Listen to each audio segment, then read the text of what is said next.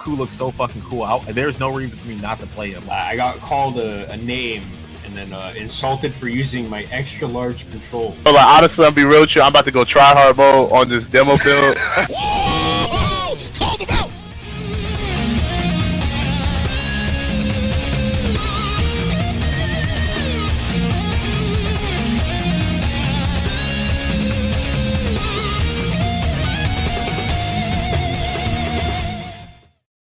Ladies and gentlemen, we are back with another amazing episode of Mount Paozu Arcade. I am Meta Abe here with my co-host Help Pockets, and with our guest, returning guest Tatsu. What's up, Hey, man? what's up, guys? Dude, it has been a minute. A while. Yeah, I think well, I've been on the show for 2 occasions. The first was after the first beta, and the second was sometime before the game dropped, and Hell Pockets was lucky enough to like play all the characters. It's coming and to then be you around guys, the Napa stuff, yeah. yeah. So that was cool. I think it's been, a long time though. Dude, little did I know that little bit of Napa insight would make you a Napa main for life. It was all thanks to you. Damn. It was all thanks to you. Dude, Tatsu was asking all the key questions that I definitely was not going to ask. That was a really informative episode. No, that was one of the greater episodes that we ever done. And now, now the game is completely out. And all the DLCs, it's over. Season 1 is done.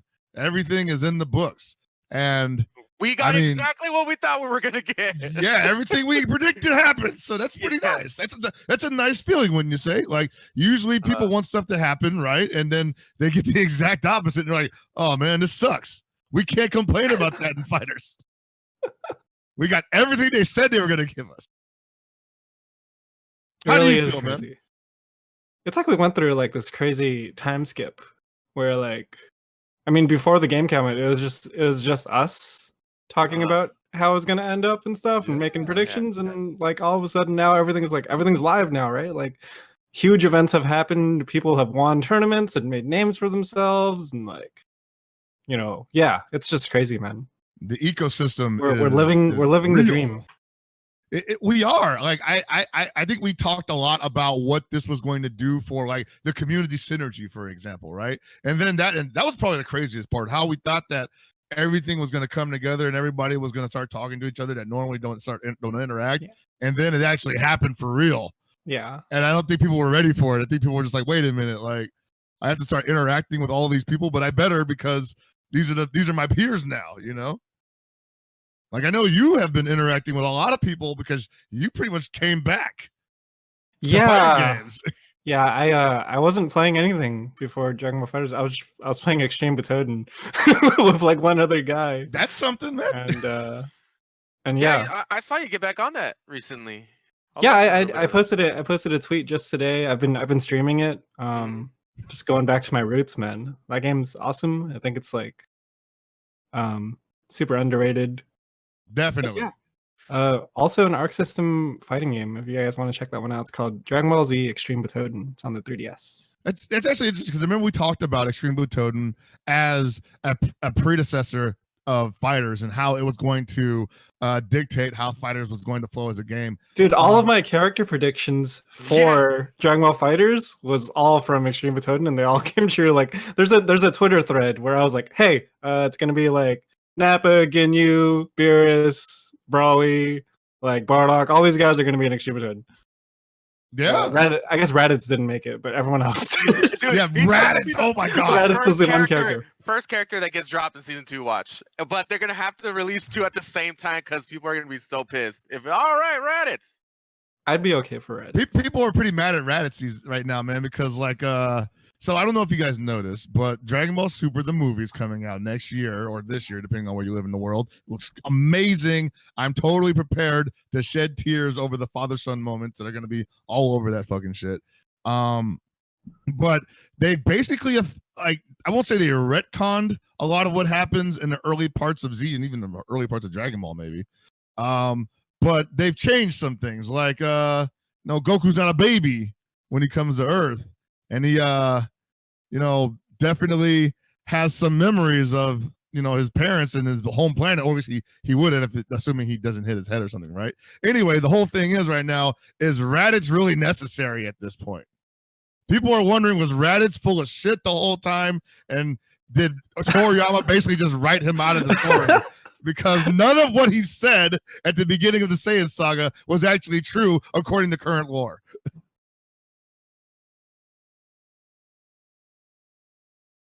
It's a sad day. He may not even appear in season 2 now.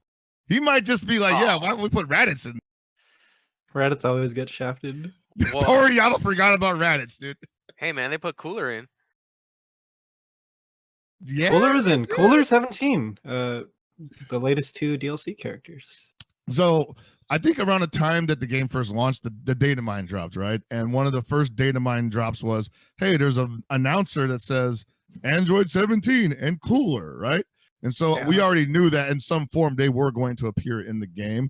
Now seeing that they've appeared in the game and how everything else around Dragon Ball as a franchise has formed, I gotta say that I wouldn't be surprised if Cooler appears in the other parts of the Dragon Ball franchise as well. Maybe give him a run for a canon position, just like they're doing for Broly. Make him legitimate. It's very, very a lot of things that could happen there, and it's just so weird how like this all kind of felt centered around Fighters. Maybe I'm the only one that felt this, but when Fighters got announced and it started picking up steam, it kind of felt like Dragon Ball as a whole started picking up steam. Like all of a sudden, hella people were into this thing, this franchise. They're making fucking Adidas shoes, and that was happening already anyway. But like all of a sudden, everybody wanted that shit, and there's like all these knockoff apparel again. Like where's this all coming from? It wasn't because of Dragon Ball Super, the TV show. That's for sure. It wasn't even out in America yet. You know what though? Go ahead, Tatsu. Go ahead. Oh, sorry. I want to say just the crazy part about it is like we had this long period, this drought of just like no new Dragon Ball content for like over a decade, right? And now it's all coming back, and we're getting movies. We got like 3 movies already on the way, or 2 movies and then 1 on the way. Got like video games, my Arc System works. It's awesome, man. It is awesome, dude. There's like on that note about like how they had released Super in Japan, dude, you'd be surprised at how many people have a Crunchyroll account. Like I was shocked because at my job, man, there's so many fucking people that I did not think watch Dragon Ball, and they're like, what the fuck? Yeah, I watch on Crunchyroll. I was like, what the fuck you do? I was like, you guys really watch? Dude, I walked in. You guys might already know where I work, but I'm not gonna tell you if you already know. But I walked into one of the offices, and it was like I was there later than usual, and it was technically nights. And these dudes were sitting there watching an episode of Dragon Ball Super. This was like almost like a year ago. And I was like, what the fuck? You guys are big ass Dragon Ball fans? They're like, I don't know, dude. I think it's as close to hitting critical mass as possible. Like young people watch it, old people watch it. People make their kids watch this shit now. Like, I mean, that's true. I'd totally do that. Yeah. You try to put people on game. I mean, I know you've been doing that since forever, right? Oh, for sure. I've done that with my whole family. I've literally put them on Dragon Ball since I was a kid. Like, you guys watch fucking cartoons, right? Don't get me wrong. Spider-Man's dope because it was dope at the time. X-Men was cool, but have you seen this shit? But yeah, man, I think now since it's such a dude, that fucking series has been around for like what? Like, is it 30? How long has it been out? It came out like since the manga. Since 1983, man. Oh, Jesus Christ. Wow. Yeah. Generations, it's as man. old as we are. Older than me for sure. It's as old as I am. It's 35 years old. And the 35th anniversary. But anyway, like it kind of felt like everything struck at the perfect time, especially for Fighters. Fighters came out at a great time. A lot of people were starved for just like that new game to get them hype about being in the FGC still because, no disrespect to other communities, but everybody else is kind of not feeling, the ones that weren't playing Street Fighter 5 and Marvel weren't really feeling anything else at that hype level, at that heightened sense of like, I want to own this shit, right? And then Fighters came out, And you know, I was shocked at how quickly that took off and how quickly a lot of people who were about that shit just got really good. You know, Tatsu, you being one of them. We already knew you were good, but like the level that you reached so quickly was like, oh shit, like this might be real, guys. Like we might not, be in that weird area of is this a cash grab or is this a real fucking experience, Mhm. The No, it's learning great, curve like- got super real quick.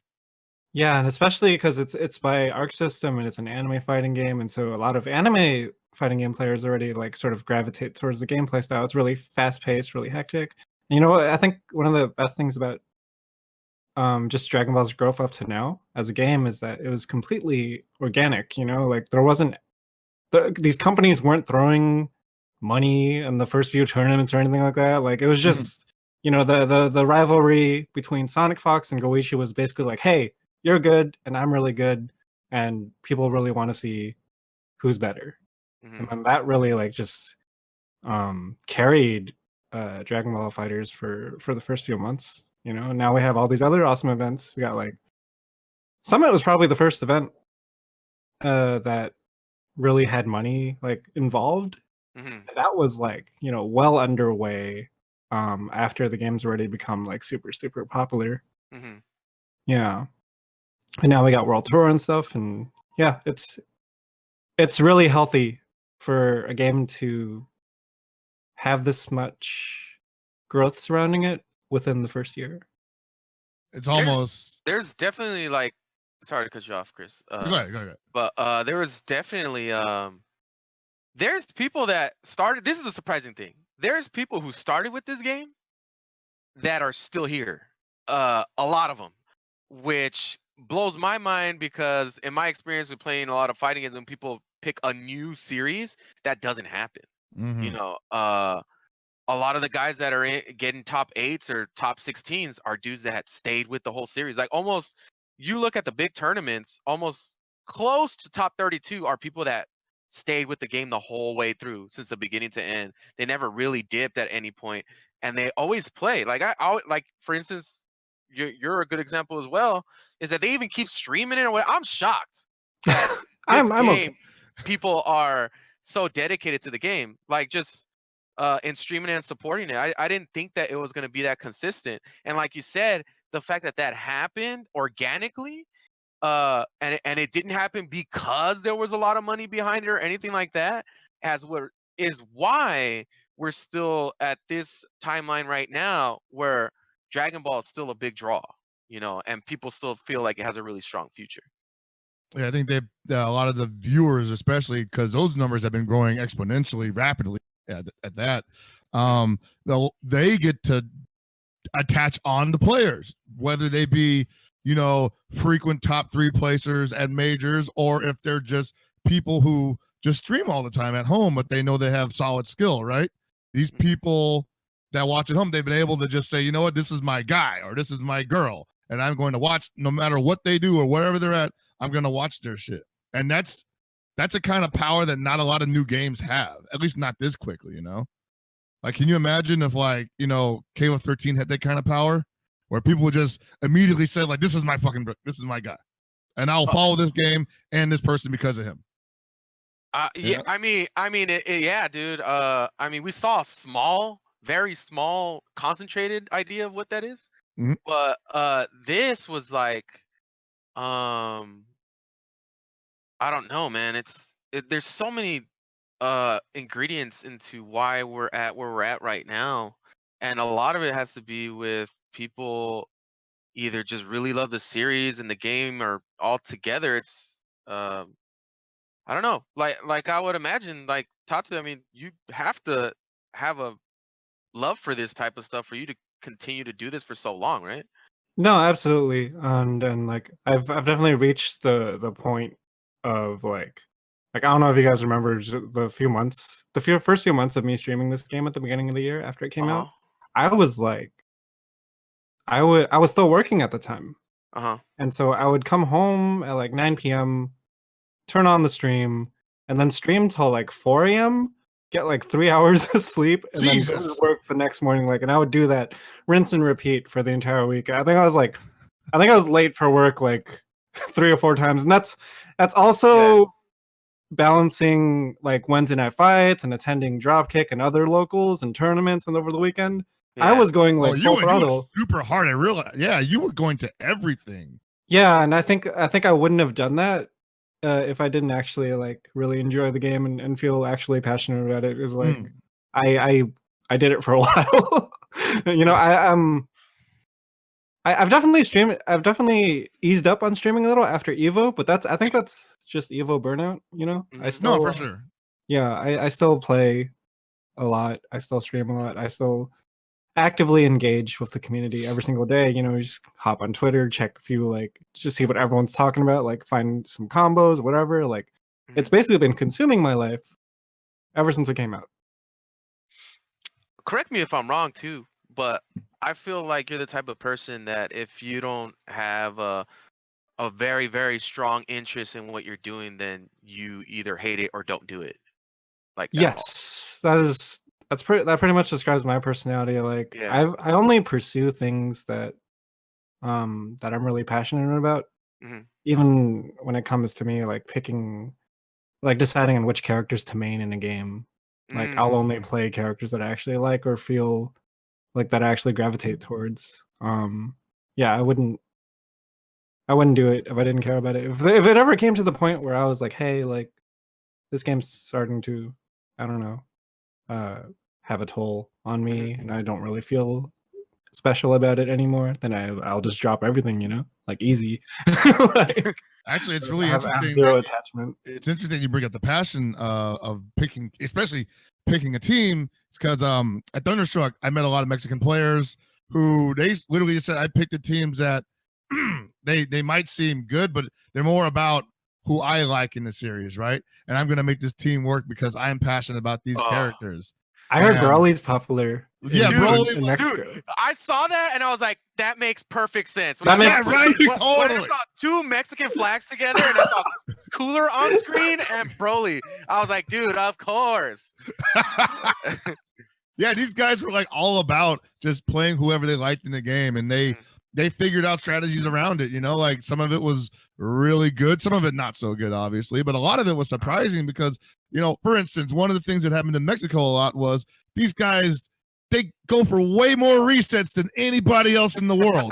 Like at first I was like, dude, these guys can't complete air combos. Like they couldn't do double jump combos, and I was like, this looks really bad. But I started noticing, like, when they drop the combo, they land immediately with like a high-low.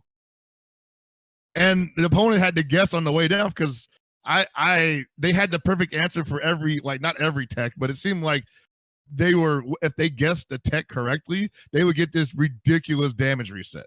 That's the Mexican reset. That like, is we got American resets. They got Mexican resets. Legit.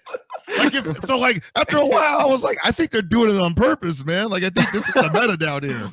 And it was sick because like it was working, man. And there was definitely some moments where I was like, yo, man, everybody just got hit by that shit. Like, I don't know if you saw that shit by Abel Howlett, the Goku Blue reset in the corner against I forget the guy's name. He was playing a Go Things player. And he did like Goku Blue teleport kick. And he was supposed to get behind the dude, but he ended up landing in front and just like, I think I saw that. that. No one would ever block that the first time. They'd just be like, what the fuck? How'd I get hit by that? And that's it. Abel Howlett, shout outs. So they were legit saving that shit for nationals. Like they're committed to that strategy. Actually, so I was talking to dude afterwards, and I was like, so did you know that was gonna work? And he's like, yeah, I've been practicing that shit for like months now. And I'm like, you didn't tell anybody? He was like, well, nobody watches my shit. And I'm like, I can't say he's lying, right?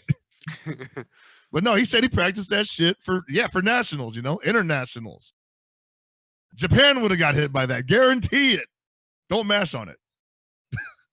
It is fascinating to me though how characters like Brawly or whatever do sort of like fester in the Mexican community, because it makes it's so interesting to think about, like, oh, like, you know, what's the meta like in Japan, what's the meta like in America, what's the meta like in Mexico, and just like everyone's growing at their own pace, and they all have their own shit, like their own little gimmicks and stuff, and I think it's awesome. I think that's cool too. Like to be able to see such a different play style and to see it work to a certain degree.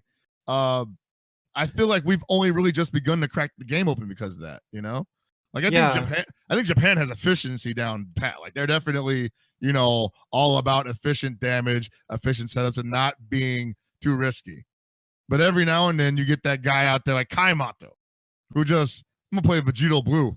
And if you backdash, you're getting hit by the Anchor. 5L, Anchor Vegito Blue. I'm like, what are you doing, dude? But it works. He just makes it work.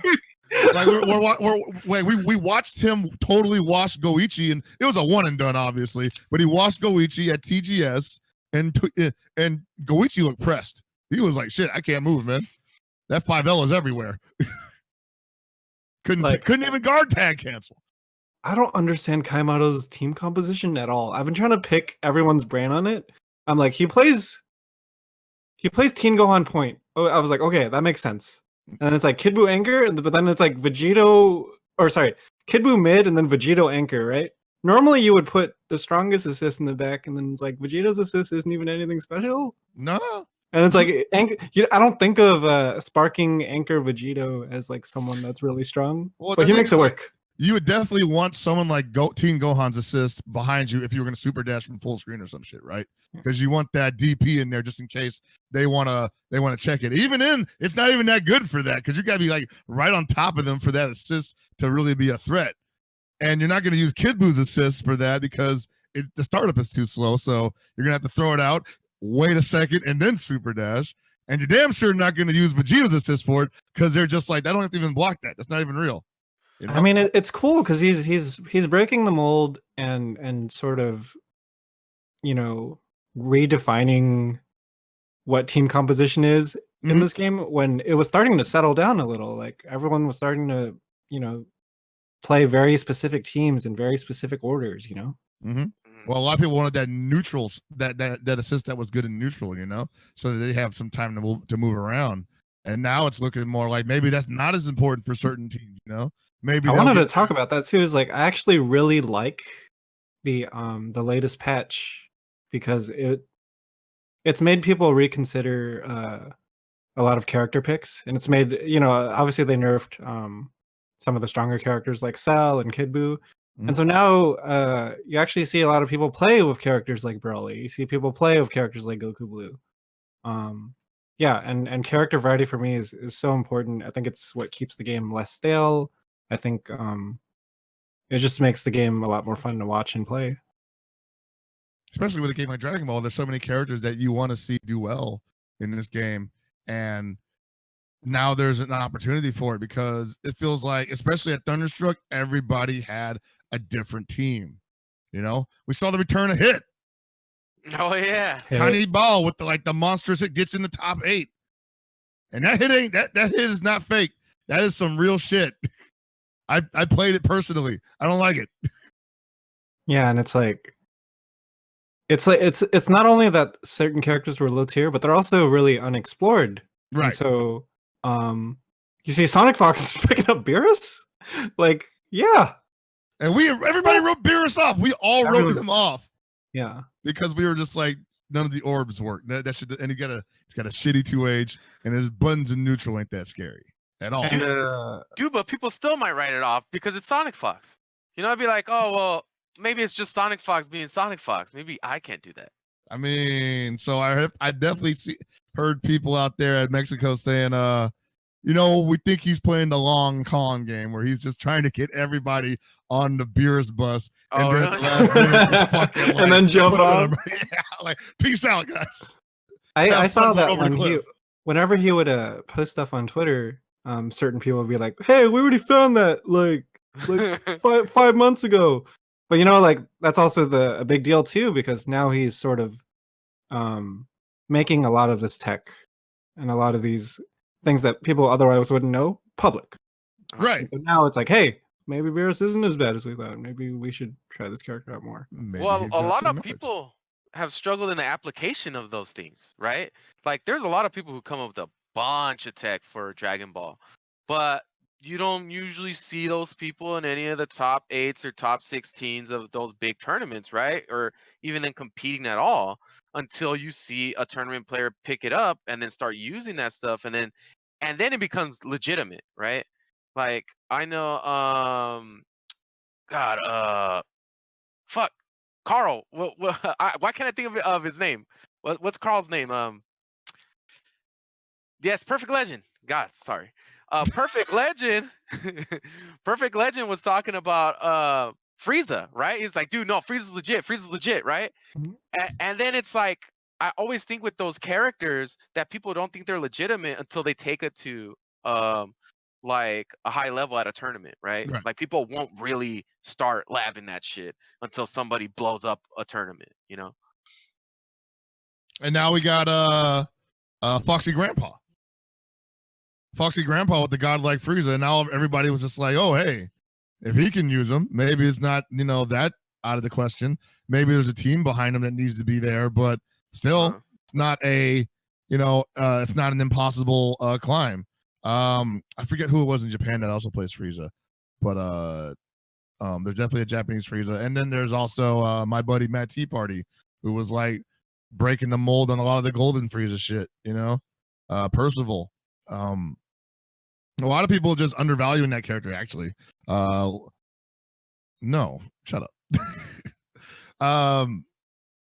There was I had a conversation with Lord Knight, and Lord Knight definitely said, like, like Golden Frieza transformation is like legit reversal opportunity. It's just that no one uses it. I've been I was hosting a tournament over the weekend, and one of the guys was playing. He would activate level 3 Golden Frieza just as a wake up option, and then he would tag him out, and then Golden Frieza would just be stored until you need him again, right? And I was like, dang, that's really cool. Like, this is cheap, man. Yeah, it's cheap. It's like free wake up option, right? In a game where all the other wake up options are either really risky or they cost something like a Sparky. Yeah, exactly. Like that. Like, let's see, you got the DPs, right? Which are like, you're either gonna have to DP call assist. Hope it hits, call That's assist. not really good. No, that's always gonna be good. Yeah, I actually hope that if they nerf it, then they just make DP vanish a little stronger than what it is, because a lot of that shit is just like, great. What's this even for now? If I'm not able to use it as a don't touch me move, But yeah, like, stuff like Golden Frieza activation and then tag out, that's the kind of stuff that's just generally unexplored. And I'm okay. That's okay. Like, I don't expect, Golden Friezas to be striving for top 8 at the, saga events. There's a Dragon Ball on the line there. You definitely want to come in there with your hottest stuff. And that's why I was so shocked to see a lot of players show up with like these really unorthodox teams and play the way that they did. And realize later on, I'm like, wow, they're not actually bad. They're just playing the way that they are comfortable playing, and it's working for them. Like, and another cool thing was like, there were definitely some killers in those brackets that they don't just play Dragon Ball, man. I couldn't talk about it on the stream because Bandai Namco doesn't want you to talk about KOF on the Dragon Ball stream. But there are definitely some KOF players on there beating some ass. Definitely playing Dragon Ball Fighters like you would play a KOF game. And I was just watching it going like, yep, I see why that works. It's not real, but I see why it works. That's Reynold, man. Like, when I watched Reynold play Dragon Ball Fighters, I'm like, I just see the KOF in it. Just using big buttons to harass people and shit. Like he's using Nappa now with the 5H gimmick shit. And like, oh yeah, Reynold's a huge asshole. Oh, dude. But he's like, just watching him and the other players like that have such a good time with it. I'm like, man, like, I'm so glad this game came out and that it's getting all this attention, that's getting the steam that it's got, and just to think, like, we were just like less than a year ago basically saying like, who's the best between you and Nakia? Right. That's how the ball got. The first Dragon Ball rivalry. That was the original rivalry. I told Nakia at the freaking Nintendo event, I called him like, he was one half of the creators of the book of Dragon Ball Fighters. And he didn't want to accept it. Like, damn it, you're taking it. And damn it, Tatsu, you're taking the other half of that responsibility. No, it was cool because I got to play Nakio at BCF 7. Oh yeah, you Fighting fucking Seven. waxed him, dude. Holy shit. It was close. We were mostly fucking around with the new base Vegeta, base Goku. Yeah, I know. I remember that. You guys were having a lot of fun. But yeah, like it just made me feel so ancient in a lot of ways just playing Nakio like that, because it just took me back to like, you know, either early February beta days and like, you know, It hasn't even been a year yet, and we're already like, damn, right, days. right, the old days. Feel like a long ass time ago, man. And you know what though? Here's what I definitely remember about you guys is that you guys really ran yourselves into the ground at one point. Where I remember I saw Nakio and it was like, dude, I haven't slept in like 2.5 days. Yeah. And I'm like, dude, what the fuck, man? Like you don't both have of us to do that. Both of us did a 24-hour stream during the beta. Yeah. Nakio pieced out though, so I was like, all right, I'll just, you know, oh yeah, I remember tag out. I'll do the 24-hour thing, Nakio, and when you wake up, then I can host you, and then Yeah. Was that when we like woke up at like 3 a.m. to do it or something? Yeah, Meta Abe didn't make it though. Oh, I remember he didn't. died. He was like, nah, I like sleep too much. I was like, no, dude, the beta is like only for the weekend. Dude, I already knew too, man, because I was like, okay, I'm probably gonna get 2 games max if it works, right? Like, I don't want to stay up for that. And it's like, yeah, it's awesome, but realistically, I'm gonna play like complete dog shit. So I was like, I'm gonna just invest in the morning. I was like, I'll see you guys later. Those were like the best days for me because like no one knew how to play the game yet. Everyone was still trying to get a hold of it, and just playing the game, just doing a combo felt so satisfying. It did. Yeah. Like I felt like once like the when things started getting extended through assists and like people were getting really excited off of shit like that. Like, oh man, like the combo got bounced up because like the Android 16 assist in the corner. I remember there was that video that the devs put out there really early, and a lot of people got hype over that.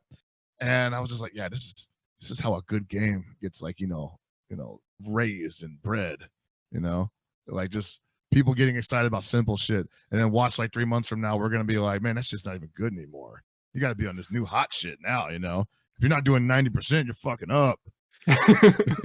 Dude, and now it's like, oh, go ahead.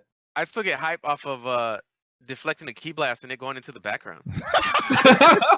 Like, right? I always point it out to everybody, like people that don't play the game, like say I play with a cousin or something. I was like, dude, check this out.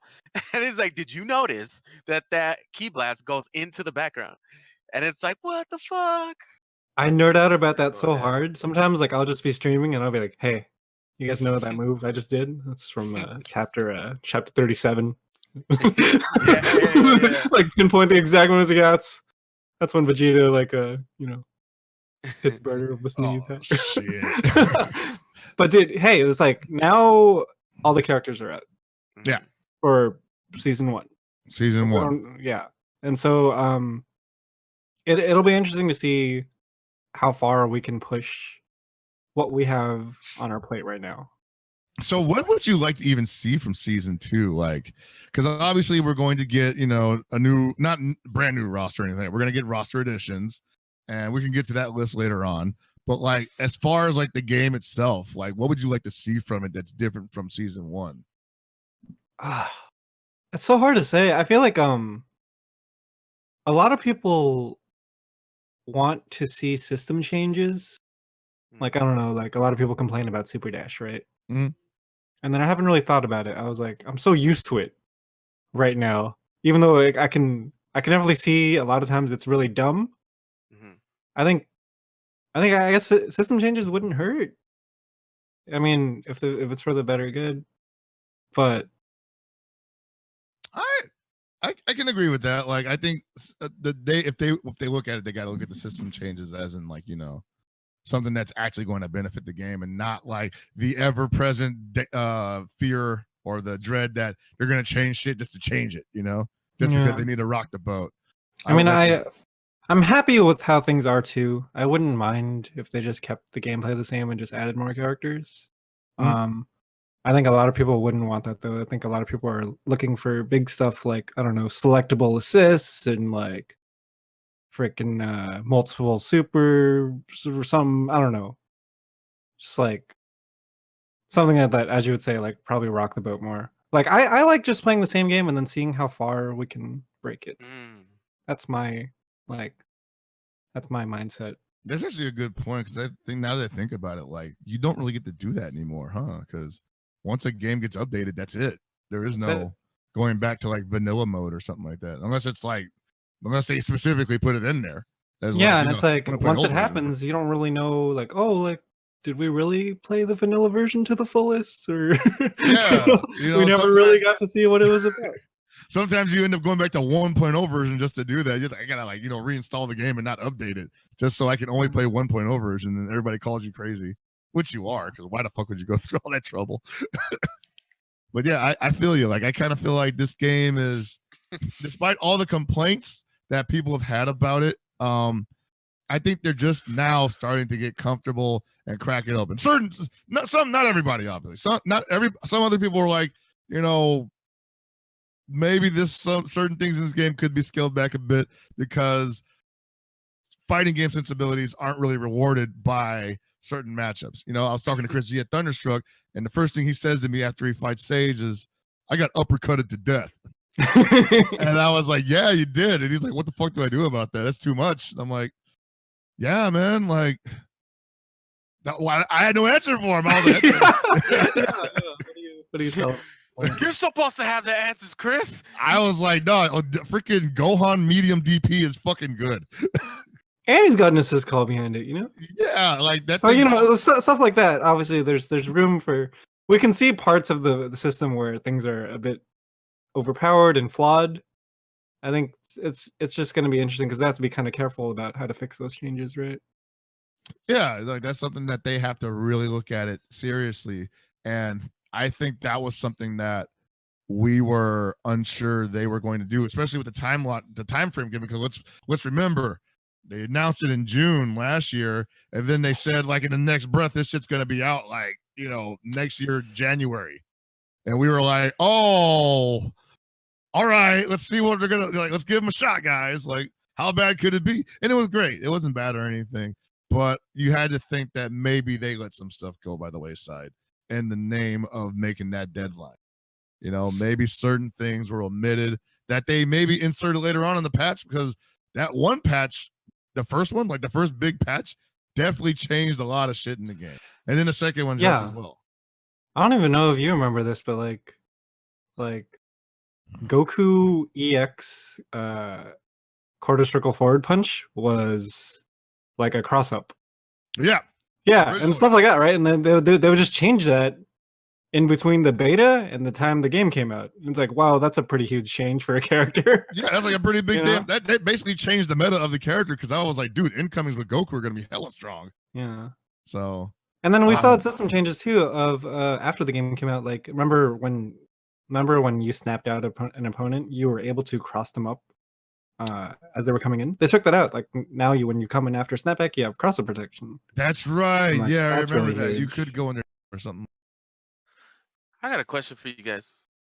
What do you think would have happened if, because this is my biggest beef with Dragon Ball, if the online was functional or much more functional than it was in the first few months of its release? Because that to me was pretty killer, considering how many people actually bought the game and were playing it when it first came out. Well, I think off the bat, like probably people that would have eventually dropped the game would have probably dropped it a lot quicker because they weren't winning matches. So they would like, this sucks. Well, I'll speak for myself. I definitely have dwindled in playing because of it, especially when it first came out. Like, because I have to play a lot of people online. I don't get to play a lot of people in person, and then I guess I just don't have a lot of options. And I assume there's majority of people are probably in my position where they don't have like a buddy they're constantly connected to that they could play, right? Yeah. At least if it's that big of a player base, because it was huge, it was massive on release. Yeah, I think a lot of those people had those same problems. It's like I wonder how. I don't know. I just wonder how things will be right now. Like I still want them to make it more functional. Well, I think we also have to remember that when the game came out, like when we're talking about functionality, like remember you couldn't even finish a match half the time. Like that shit was throwing you off the server. And then it kind of felt like you were just getting kicked in the gut over and over again for daring to play a match of Dragon Ball Fighters. But I also feel like a lot of people were a lot more patient with this game than possibly other games, and they stuck around for quite a bit. Yeah. So as far as what would have happened to the player base, in my opinion, I feel like there wouldn't have been that much of a deviation over who stayed and who left because, you know, if people were really interested in the game, they would have waited out for the eventual patch or found ways around it, or they go and do something else and then, you know, hear the news that, hey, the fighters netcode is much more functional than it was when it first released, and they'd give it another shot, you know. And then there were the people who were just not patient enough to just deal with that shit, which is totally understandable. It's pretty bad, you know. But I think too that it's just like it's a fighting game at the end of the day, and I think the biggest reason why a lot of people sort of dwindle off and move on from like launch date when it comes to fighting games is like they just don't like fighting games. They don't want to put up with, you know, like learning how to play and losing to someone better and like learning all these combos and stuff. Like it's a lot to take in. So I think I think it's absolutely important to have like a good network launch at the beginning of the game. But there's also other reasons why people are quitting. I mean, a lot of people compare the Steam numbers. The Steam numbers were gigantic in the first like week or so, and then within like a month it just dwindled down to barely anybody. Dude, I remember jumping on and trying to play like way later. It was pretty dead. Yeah, it was. I mean, it was sad, but at the same time, I was like, you know, a lot of those guys probably just legit ain't serious about being good at fighting games. You know, I mean, Steam they'll buy it, but it ain't a huge fighting game community on Steam in general. I guess that is true for most people. Maybe my situation is more unique in that I guess it affected the community in a way of like, let's just say there's a new person trying to learn this game, right? And they jump in like, even kind of like right now, the way that the types of players that are playing online right now, it's like there's a there's a bunch of like mid players, and then there's a few high level players that you get to play, right? And the spread is not that good.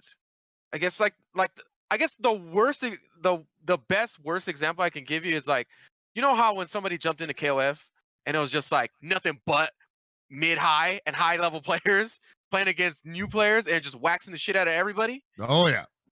Okay, so this is not as bad as that, but it got close to it where it's like for somebody new trying to learn, there's not enough of a spread of players in the network or the community, the online community, you know. Because a good example that I experienced this where and I kind of mentioned it to you, Tatsu, earlier, is Tekken 7 spread is fucking massive. Oh Like, yeah. I jumped into that and you can literally learn so much shit because there's all levels on there. Like everything.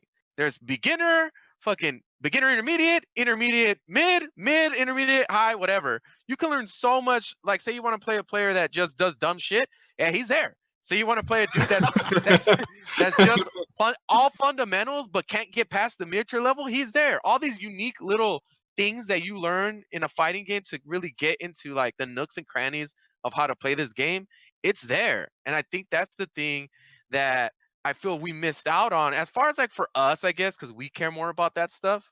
Or for me, is that I feel like we missed out on that for because the online community was affected from the way that the launch was, you know. And I see that. I guess the best example of that I've experienced is the spread that Tekken 7 has. Like even other games like I haven't played Street Fighter 5 in forever, but that turned into that too, like where it's everything's from like mid to high, and then everything else is shitty ass connections. That's another thing that's plagued in fighters, is that then you throw in that how many people are playing in super shitty connections, and you got the Wi-Fi warriors, man. Yeah, you got that whole fucking sphere of problems. Those are rhymes people, man. Rhyme styles people come up in there talking about I want to beat this dude ass, like me hit him with my 36 down, real quick. But anyway, I wanted to point out that Fighters was in a very unique position as far as staying power goes, because the community around it pretty much just became like the authority on the game. Because like we said, Bandai Namco wasn't trying to do anything official. Arxis obviously couldn't, so it was all left up to us. And so people became community figures. That's why Tatsu started the stream. That's why Nakiel had a stream, and like Yohoji started her stream, and like people started going to their streams not only to watch them play people, but to learn stuff as well, because it was helpful. And Tatsu, you started a Discord. Yeah, I started a Discord. It's like 2,000 plus people now, and it's just everyone's. I try to make it really like accommodating for everyone to learn the game and stuff. Who knows if it's working? But I'm definitely doing my best to like sort of set up resources for people to get better. Like today, I was helping some guy combo like a chunks combo into a Brawly assist, and I was like trying to figure out the optimal routes for him. It was just like stuff like that, right? I think you're more patient than I am. Yeah, I think it's so hard to say. How do you tackle those issues, right? Like I feel like we don't have the answers, like us. No, we don't. It's so important to have those tools and to have a way to accommodate new players to have them stick around.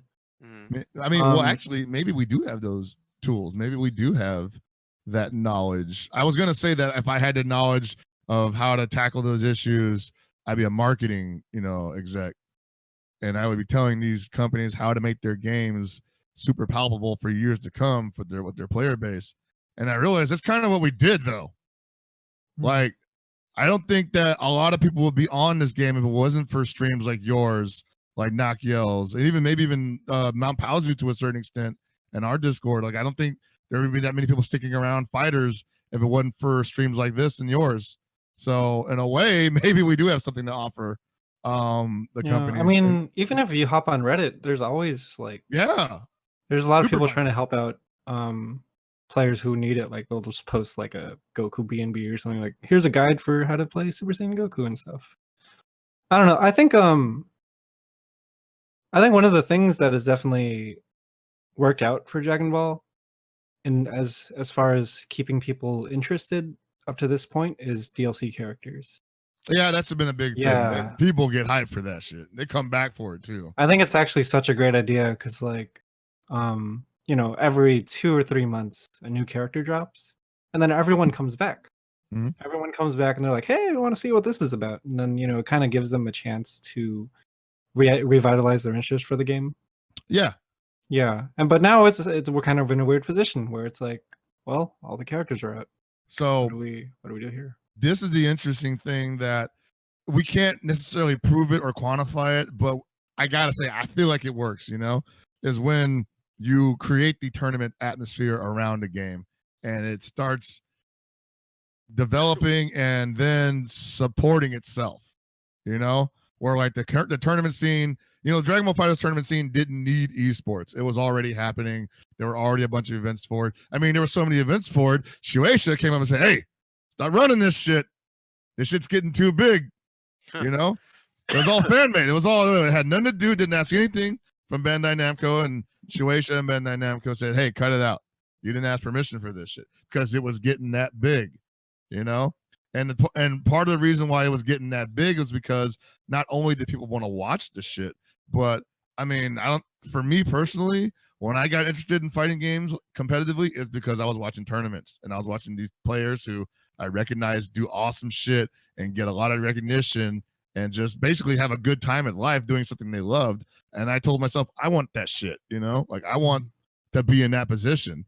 And I gotta say, like, that's really what's going to push this game beyond season 1 into season 2 is the tournament scene. That's why, the world tour is going to last past Evo. Because like you said, after Evo, we're all burnt out. Like we definitely, if it was up to us, that shit would be dead already. Like Android 17 and Cooler would have came out and we've been like, all right, cool. That might get some, rejuvenation in there. But if nothing else was happening, be back in hibernation mode. But because the World Tour is happening, because there's a reason to follow the storylines of these players that are continuously competing and doing well, the interest is still held, and the potential to sell games and the fantasy of being a pro fighter is still up in the air. It's still on the table, and that's all they need. That's all the game needs, in my opinion. Sorry, I've been saving that up for a couple months. No, but I think it makes a lot of sense. You're right. I totally forgot about the huge World Tour event. That's there's tournament after tournament after tournament that's going to be happening for the next few months. Yeah, I mean, we're in a big ass month for it. October, we've got 2 Dragon Ball Saga events. Yep. So like Thunderstruck just happened, and we're gonna have Southeast Asia majors coming up this weekend tomorrow. And I actually just looked at those brackets, man, and I was like, wow, these are fucked up. Like, there is not a bracket in that tournament where, like, I heard it was unseeded. It definitely is. There are definitely some people that are like, wow, he's like in the first round. Damn, no respect.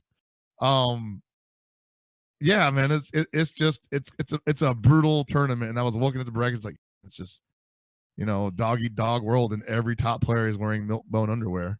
So how does it work for the Dragon Balls? Like, so Hook already has the 4-star Dragon Ball because he won. Yeah, Hook won Thunderstruck, so you got Grandpa Gohan's Dragon Ball. Is he allowed to enter more tournaments? He can totally go in. So, like, the rule was, you get a Dragon Ball, you're encouraged to go and enter another tournament, because if you win another one, you get to hold that one, and if you win all 7 tournaments, you go straight to grand finals at the finals. Okay. That I don't know if that's on the table anymore, because obviously 4 different people have won Dragon Balls at this point. Yeah. I think the gimmick is dead already. Yeah. They haven't indicated whether or not you can steal Dragon Balls from someone. I feel like you should be able to, but like the whole Namek saga? Yeah, like the whole entire Namek saga, man. Like, it was literally just snatched. Vegeta jacking Dragon Balls, not only from Frieza, but from dead Nameks. I think people forget that guy was fucking genocidal. Jesus. Why do we like him? He was a different dude back then. He was a different guy. I was all hopped up on the space dust. That's my favorite version. Every time I think about Nappa coming back for Dragon Ball Fighters and appearing in story mode and stuff, like, I still haven't finished the story mode, but I'm just like, how did he react with Vegeta? Like, this motherfucker killed me. Like, in cold blood. Like, how are we supposed to just get along after that happened? Do you think he convinced himself, like, oh, he probably killed me for like a good reason? I mean, I probably deserved it. I just haven't figured it out yet. I thought it was like one of those weird like Law and Order SVU things where, like, they figured out Frieza just fucked with him a lot as a kid. He's like, oh, that's why he's that way. Well, we can't blame him for that. Nature versus nurture, and Frieza totally fucked him up. Base Vegeta is a dick. Yeah, base Vegeta is just a dick. That's I always think of like an alternate timeline where if Nappa lived, if Nappa lived and he just became a Z fighter and like fought like Frieza and Cell and Buu together with everyone else, maybe even gets like Super Saiyan Nappa at some point. It's like, imagine. What if he fucks Bulma though? What if he fucks? Oh no! Okay, maybe delete. We don't want to screw up the timeline too much. Oh my god! Please, Toriyama. He's getting ideas now. Like, actually, that sounds like a good idea for a Gaiden. But yeah. Can we talk about, I guess, Thunderstruck results? Seems like sure we could talk about that. Yeah. So top 8. Top 8 had, I got a list here. It had Apology Man, Super Noon, To Kill Sage, Hook and God, Koopa, Chris G, Gish, and Jinx. Now, Koopa, Gish, and Jinx are from Mexico, which is really awesome. And Cannibal also, I think was he in there? Or was it just I don't think he was top 8. Oh, that's right. They played before top. They played top 16. Okay. So, I mean, 3 players from Mexico made it in, which is really awesome. Yeah. That's 3 out of 8 people that pretty much, at least like on a larger scale, no one really knew about. And now they're on the map, right? People definitely know about Gish now. Yeah, everyone knows. Young kid playing that blue Goku. Just Yeah. fearless. The blue Goku army, man. He's the general. He's super talented, very strong player. I was talking about afterwards how I wanted the Mexican players to be able to travel more. Now, I get it. It's not that easy for them to come to the U.S. I wasn't necessarily suggesting that they had to come to the U.S. They can easily, well, I don't know about easily, but they can also go places like, East Asia. They can go to other parts of maybe South America. There are places that have, esports infrastructures that if they wanted to get that exposure outside of the U.S., they could do it. Now, if they can get into the U.S. and stick around for a bit and play some, on some streams, that would also be beneficial for them. But I want that to happen for no one more than I want it to happen for Geesh. I think Geesh going international would be humongous, not only for the Mexican scene, but just for Dragon Ball fighters in general, because Dragon Ball, the franchise, is an international phenomenon, We're not talking about Marvel being big in America and some parts of Japan. This damn thing is the world's cartoon, Goku's voiced in every single culture. In every single culture, man. No, I think too, like, what makes me want to really root for Geesh is that when you think about the other top Dragon Ball Fighters players right now, they're all young kids. Mm-hmm. You think about Hook, you think about Noon, the Kill Stage, all really young, either early 20s or earlier, Right. And it's like those are the guys that are really not only do they have like a long career in fighting games ahead of them, but like right now they're like going full throttle, like, and they're just like tearing stuff up. Like, yeah, there's no sign of slowing down. So much potential. They never actually burn out. That's the crazy part. Yeah, they don't burn out. They're young. they don't care about doing three anti-air command grabs like 16 on your wake up, Like that's how Geesh plays. I saw it. He did 3. I counted. God damn, dude. But that shit is just like we need that energy, man. Not just for the game itself, but just for the scene and the competition, the spirit of competition. Like, I feel like Geesh would just add like a certain, element to that, especially once he started developing, because he has the talent for sure. I definitely think he has a talent to be on par with people like Super Noon, Hook Gang God. People are telling me to stop saying people can be as good as Sonic Fox, but I don't know, man. Like, I feel like he's catchable. I definitely feel like Fox is catchable. Not player 1 Fox though. No, not player 1. It's when I played switched back. He could Goichi could have switched back. What's wrong with him? When I played Fox at SCR, he actually like rock paper scissors me for player 1 side. It's like originally he just asked for it, and I was like, oh no, like I want player 1 side too. And then we played rock paper scissors, and then I lost. I lost like a big dweeb. And then he proceeded to beat my ass after. One player side is too powerful, man. That's strongest version of Fox. It used to be 2-player side in the old games, man. 2-player side was always the strongest. Now it's a 1-player side. Fox. But yeah, so like I definitely think Geesh is like, right there. And there's a lot of other players down there that are pretty close as well. But I think he would probably be like one of the quickest rising stars if he got to go international. And the rest of the tournament was also amazing. Shout out to Hook Gang God for getting his Dragon Ball over Super Noon. And then, like, in a way that I gotta say was very surprising, because if you'll notice in the commentary, I pointed out, like, this guy's playing like Noon. Like, he's not playing his game right now. He's definitely playing that super aggressive, I gotta get you, like, out of this, out of the seat real quick. I can't allow you to sit down and get comfortable. I need to get you out on the floor. And then then out of nowhere he slows it down and makes Super Noon trip all over his momentum. And he couldn't, and Super Noon just couldn't get the rhythm down at all. So Noon was coming in with some new stuff too, because he actually he dropped Vegeta from his team for his match against Hook and used Bardock instead. Yeah. I mean, it's not a bad drop. I mean, you got one of the best assists in the game, that in Rebellion Spear. It's like a Swiss Army knife. He's trying to make some big boy plays. Hey man, I hear him. You have to do that at this level of the game, Like, this is definitely only just beginning. You don't want to get caught left behind, because you had an attack of integrity. So, but yeah, that was a great tournament. You know, I know a lot of people were hoping that there'd be more Japanese representation. Maybe next year if they do it again, I could easily see them showing up for that. I think, dude, like we had this conversation a while ago too about Mexico, and I'm happy that it turned out the way that it did because there is a big community out there, and it makes me wonder, like how other places that don't get that big of a highlight are doing right now. We just don't know. This is definitely one of those Yep. games where you can go into a territory where it's like we haven't really seen these guys play. We don't know if they're good or not. They could totally be good, Yeah. you know. And Uh, Mexico is one of those where they've kind of stayed a little out of the limelight until events like this happen. Yeah, and I guess the biggest question mark, guys, is they just announced that there's going to be a Saga event in fucking Australia. Wow. Australia Saga event. Australia FGC gets to come out and strut their stuff. I'm sure whoever doesn't have a Dragon Ball at that point that looks good to get one is going to appear at that tournament.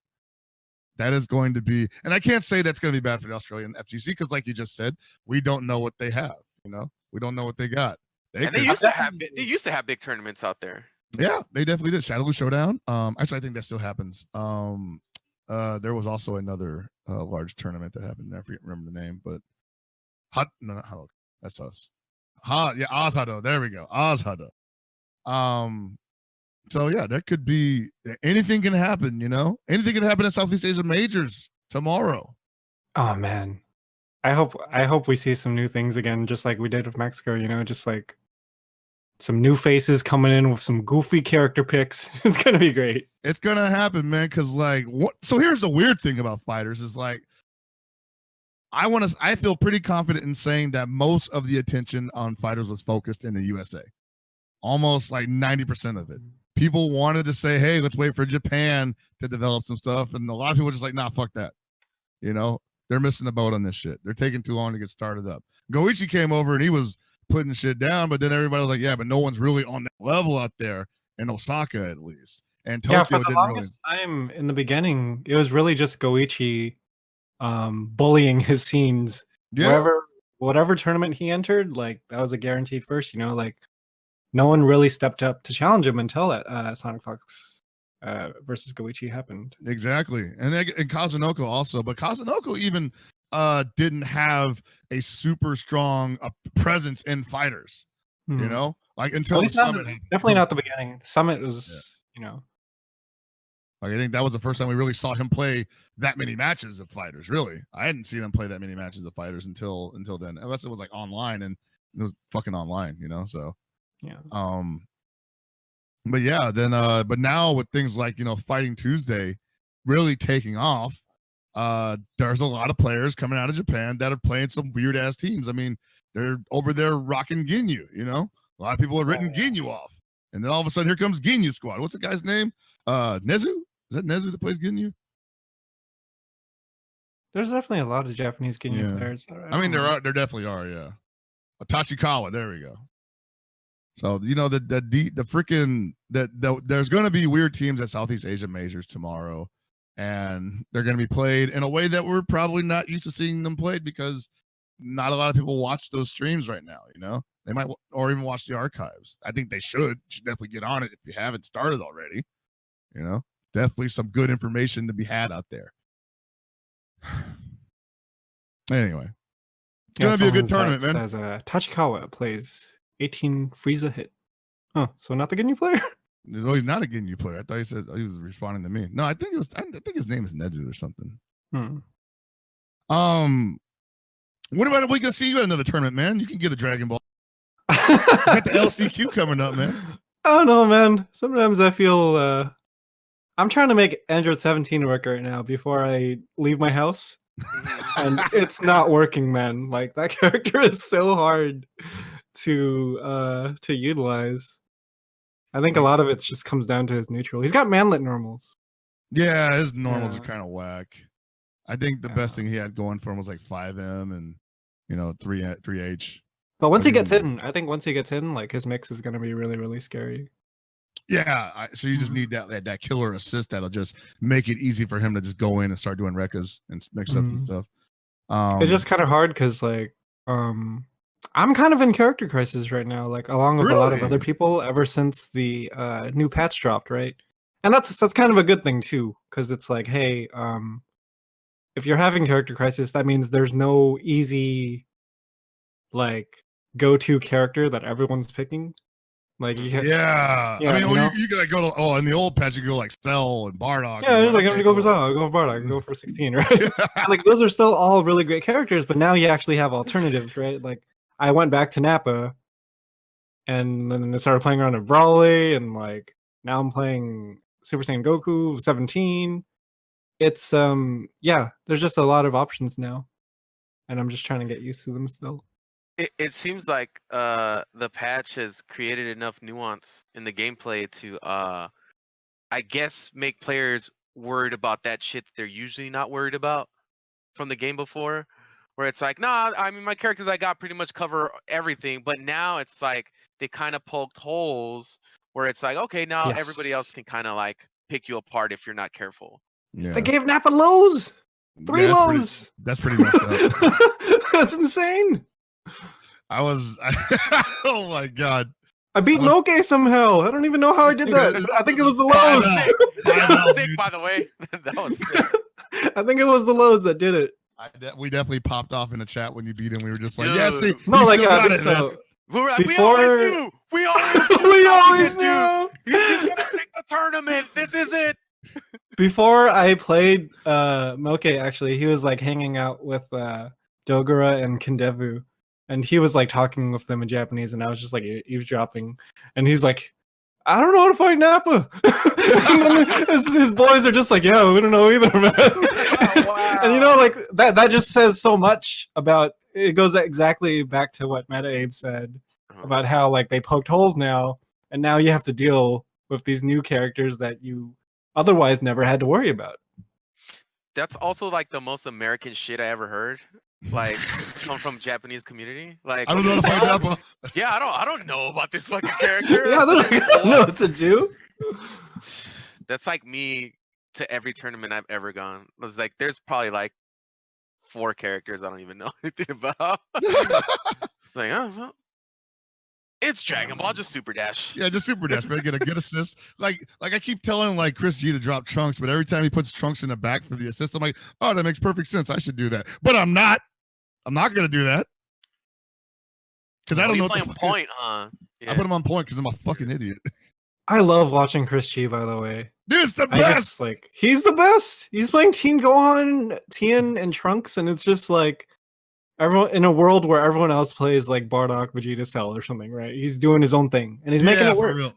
You know, actually, it's funny, man. People are starting to jack his shit now because yesterday on Reynold's stream, there was definitely some dude rocking his team with a funky ass name, and he likes to rock funky ass names online. So everybody thought it was him, and so Reynold's just talking shit to him about while he's beating his ass, like, dude, I can't believe you can't block this mix-up.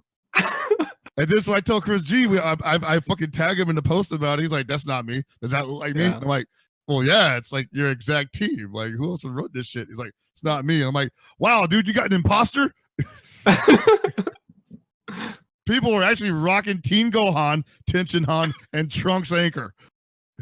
Oh my gosh. That is mad specific. I wanted to talk about too, we're at the point where players have really started to optimize their damage to like an insane amount. There was a point in at Thunderstruck when Chris G, I think it was his match against Kish. I forget exactly. He was playing against someone, and then he had a combo where he like didn't have enough meter until the very end, and then he would dash. Yeah, so he did a TNDHC, and then his other characters were like keeping the opponent in place. I think it was Teen Gohan, right? Teen Gohan DHC was like keeping him in place. And then he had to do like an air dash to build just enough meter to get the last super. That was so And it was super clutch, like super optimal, like holy crap. We're at that point now, right? Where we're just dashing for meter. Mm-hmm. You know? He mapped that out so quickly. I was like, man, like, why are you not like an accountant or some shit, man? Yeah, dude. No, it's awesome. But everyone's just gotten so clean. It's insane to me. Like that moment, like really opened my eyes to how optimal everyone's gotten. I mean, you only get there when you're like in the game, right? Like, Yeah. a full year of just fucking being on the grind is like you said, taking real effect now. Well, the game is Yeah. becoming a science too, man, because that was the one thing people weren't sure it would ever be, or if it would ever be, if it were to be junk science. I think there's like FG science and then junk FG science where you just do whatever the fuck you want because it works. But Dragon Ball Fighters is developing a science behind it. Chris G is actually one of the people that are pioneering that shit. And I think like we talk about how is it going to keep everybody interested and like how is it going to last until season 2 when there's no new DLC characters coming out? It's because that shit keeps developing and it keeps getting put on display during tournaments, and you get great players like Chris G and Nakiel and Sonic Fox showing up and just doing this amazing shit. And then here comes fucking Kai Marto with fucking Vegito just hitting 5L, messing up everybody's game plan. Science debunked. Like what the fuck? Also, this little side story that's been going on for Piccolo's validity in Dragon Ball. Three Piccolos. Those Three fucking Piccolos nerds, were in dude. top 8 at Thunderstruck. I feel like we keep not us, but I feel like it's become okay to ignore the fact that Piccolo's been doing really well. I know I've done it to myself too, where it's like, well, I don't know, maybe something else is going on that I don't know about. Clearly, I don't even know what's up with that character. Piccolo is legit good. He's the only one who alley-oops an unseeable mix-up to himself. The Hellzone grenade mix-up. Yeah, that shit is ugh. The one we didn't know was real or not for the longest Oh yeah. time. Remember this, Abe? Remember this combo we had? We're just like, I don't know if Hellzone grenade's real, man. You seem like Yeah, dude. Wow. Oh yeah. You know what, Chris? I give it to you, man. I think we finally can put that to bed. This shit is real as fuck. Shit is super fucking potent, man. And you know what? It was You probably can't see anything. It was probably even realer when I was debating it back then. Like way more real. So yeah, that shit is real. No, yeah, it is, and I think that's like when you can just when your game plan is like how many different ways can I put him in Hellzone grenade? Like that's pretty good, man. Yeah. And on top of that, you got really good normals and shit. And yeah, jump jab is like a sword normal. Everyone's calling it a sword normal now. So Just look at how good it is. That shit is so good, man. Yeah. Like it's kind of hard to say Piccolo is bad or even mid tier. Like he, at the very least, he's like at the bottom of the top 5. But don't quote me on that, because a Piccolo player is going to come in here and be like, "Hell, Bugs, you don't know what the fuck you're talking about." Oh, nice. Yeah. That's the downplay. The Piccolos are mad downplaying their shit, right? Especially Apology Man. Yeah. He's like, "Nah, man, that's all me." That's just skill. Yeah. Hook is a little more honest about it, but Apology Man is for sure just like, "Nah, man, like I work so hard for this shit." He's like, dude, I'm shaving years of my life away to make these wins. Like, look how my beard's all gray now and shit. That's just one match with Piccolo. To be fair, he mostly says that when he's fighting Reynold, because fucking Reynold. Yeah, man, fucking Piccolo, dude. Yeah. Piccolo, man, top 5. Don't at me. But yeah, so that was Thunderstruck, and good shit to the people that went out there, and we got Southeast Asia majors coming up, and then eventually the event in Australia. I forget which event that's attached to. There's also an event in Japan. That one's also gonna be fucking ridiculous. Jesus, I forgot. And then there's the last chance qualifiers in January, somewhere in USA, where anybody can come out there and get themselves a Dragon Ball. Maybe 2 people, depending on who wins these next 3 events. And I gotta say, I'm a little disappointed that we keep talking about Reynold, but aren't you disappointed that he didn't show up and that he doesn't have a Dragon Ball yet? Yeah, what the All hell? that, all that shit he be talking, all that shit he be talking on his stream in person. Yeah. That motherfucker ain't got nothing. He's turned on to a strictly online dude now. That dude is so online. He's so assimilated to online now. That dude loves the fucking clicks, man. He's like, yo, like just post some what's it, emotes for me real quick. That's better than winning a tournament. I was talking on my stream. I was just like talking shit about Reynold. I was like, man, I wish we had a different top player, like leading our scene, like winning, taking our money right now. Why does it have to be Reynold? Why can't we get Apology Man or something? Like I feel like if I played Apology Man at my local and I lost, I would actually have something to take back. You know, I'd be able to watch the replays and be like, oh, okay, I did that wrong. I could have do better there. Reynold, no, he's just trolling you. He's just being a huge asshole. There's nothing to learn. The only thing you learn when you play against Reynold is like, hey, he's actually better than you at video games. And that's it. That's literally it. You just hold the L until next week and he takes your money again. You know, I've never actually seen someone be happy that they beat him. Like, I mean, even technically, I'm not happy whenever I beat him. I'm just like, oh shit, I beat him. Yeah. I better enjoy this while it lasts, right? But no one in tournament has ever just been like, yo, I beat Reynold. They're just like, oh god, he's gonna be pissed next week. Yeah. It just feels like you landed 7 coins heads in a row. That's what it feels like to be Reynold. It's like I got really lucky, man. Like the stars really aligned on that one. Oh, yeah, shit. you never get a feeling of like, yeah, I could see myself. There's no satisfaction. I like you can never see yourself doing that consistently against Reynold. It's like, Never. well, I got lucky that time. I just don't see it. And that, like, I would love to see like a not a tournament series, but like, you know, an official long set series where, you know, best players come out and they run long sets, and then they almost like what they were doing with the machinima program, body count fighting. BCF, yeah. I would like to see that, and then just have like one night where it's just a Reynold gauntlet where everybody just tries their best. Everyone sees, yeah. It's a round robin, but it's only you see how many wins you can get a Reynold. Yeah. Because there are people at the tippity top who are just like, oh god, not this guy. You don't understand. The thing about Reynold, man, is that he, above most people that I've seen, is so willing to just throw it all away. Let me just, I don't give a fuck if this shit hits or not, but man, fuck it. Let this shit rip. And then lo and behold, it fucking hits. It's like, yes. I think that's what really separates. He's always played like that, man. Real.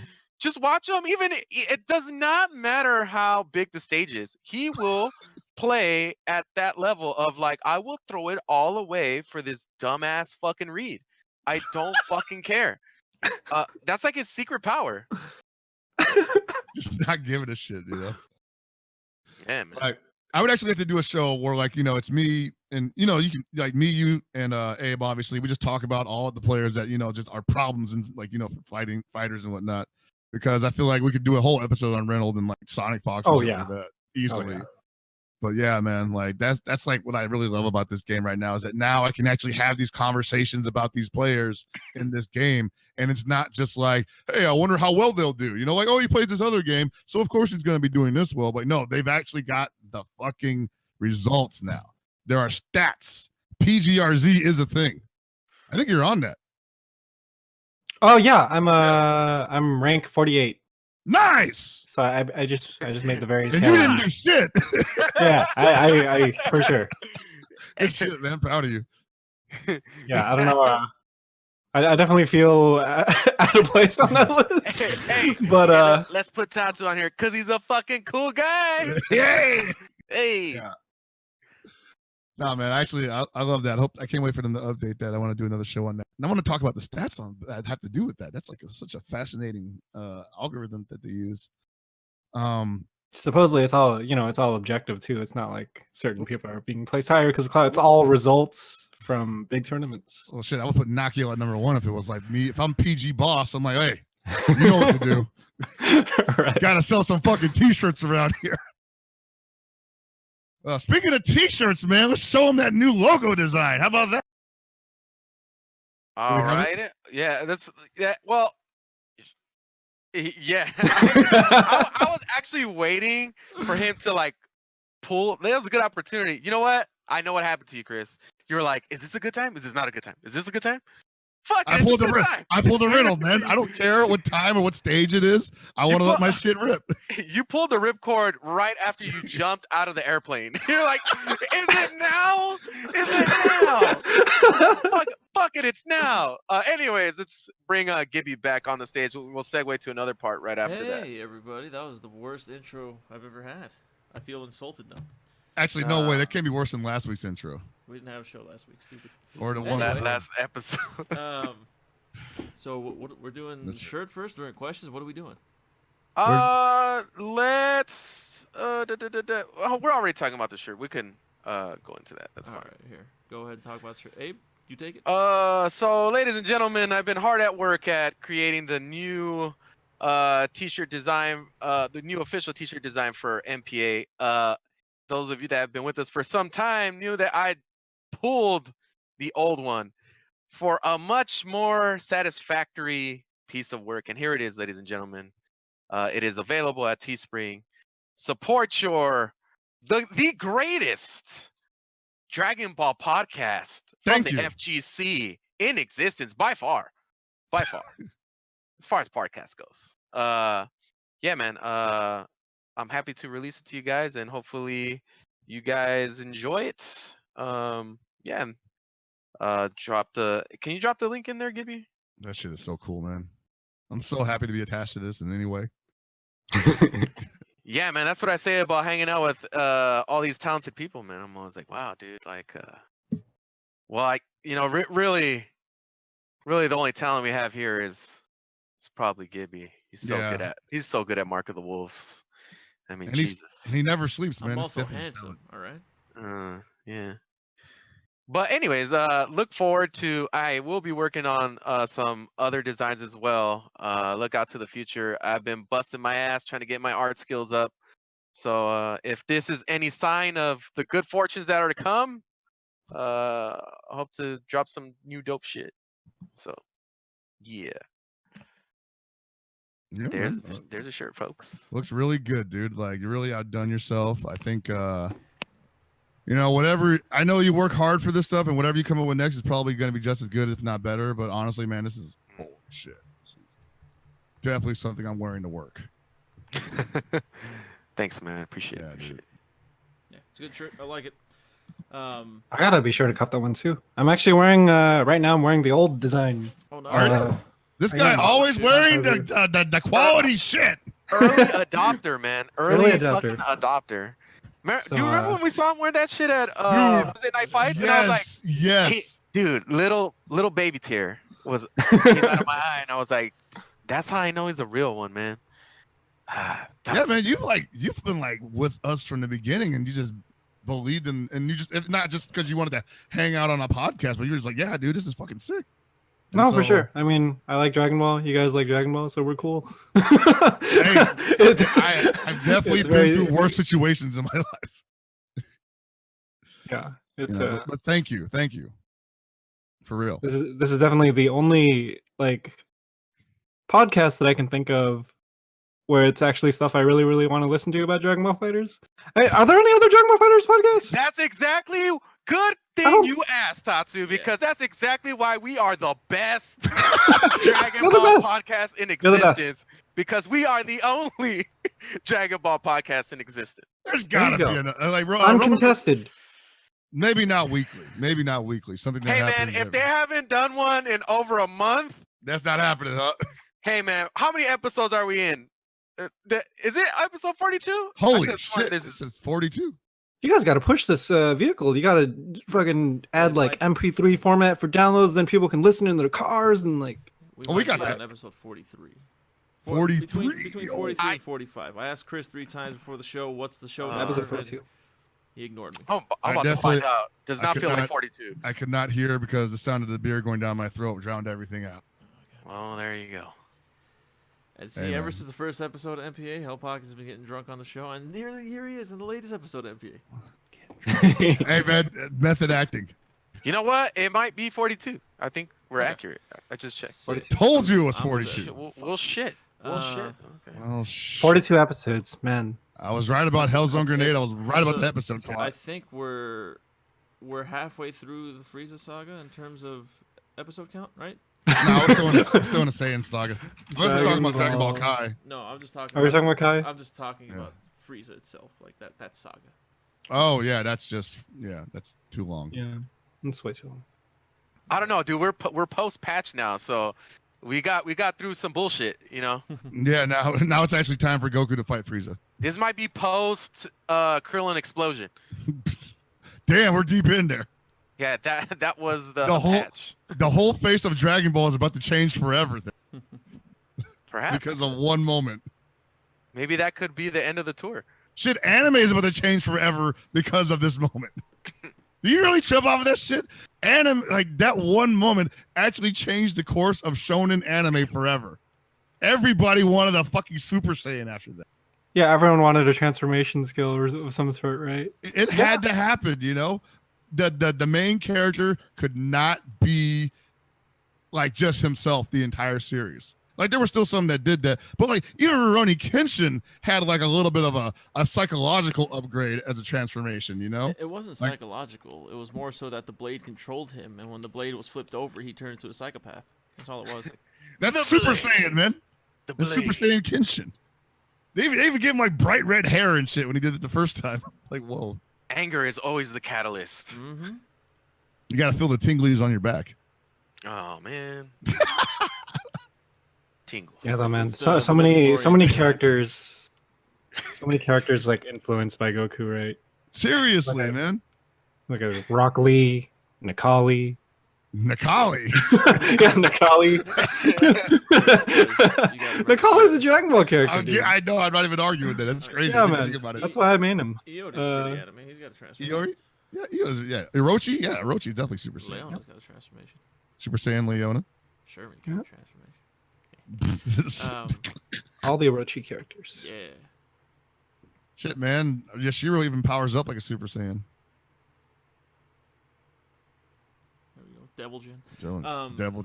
Shit. Yeah, Devil Jin's the most anime of anime. He's got belts and chains and everything. So I'm sorry, I'm transitioning to questions right now by telling you guys I'm transitioning to questions because there's a lot, and some of these are. Oh making me shit. giggle. I wasn't Hold on. even I paying will be attention right to back, that. actually. I got to make sure this baby's... I got to put her to bed real quick, but her mom's going to handle it. It's going to go up there and kiss her goodnight. Okay? I'll be right back. Okay. You can start without me. This is also a wonderful feature you won't get anywhere else, ladies and gentlemen. Yeah, The one of dad your hosts cast. just bailing completely from the show. And it's Gotta be a dad. it's routine, you know. Chris definitely does his job, you know, when he has to. A true role model. Yep. So are we starting these questions without him?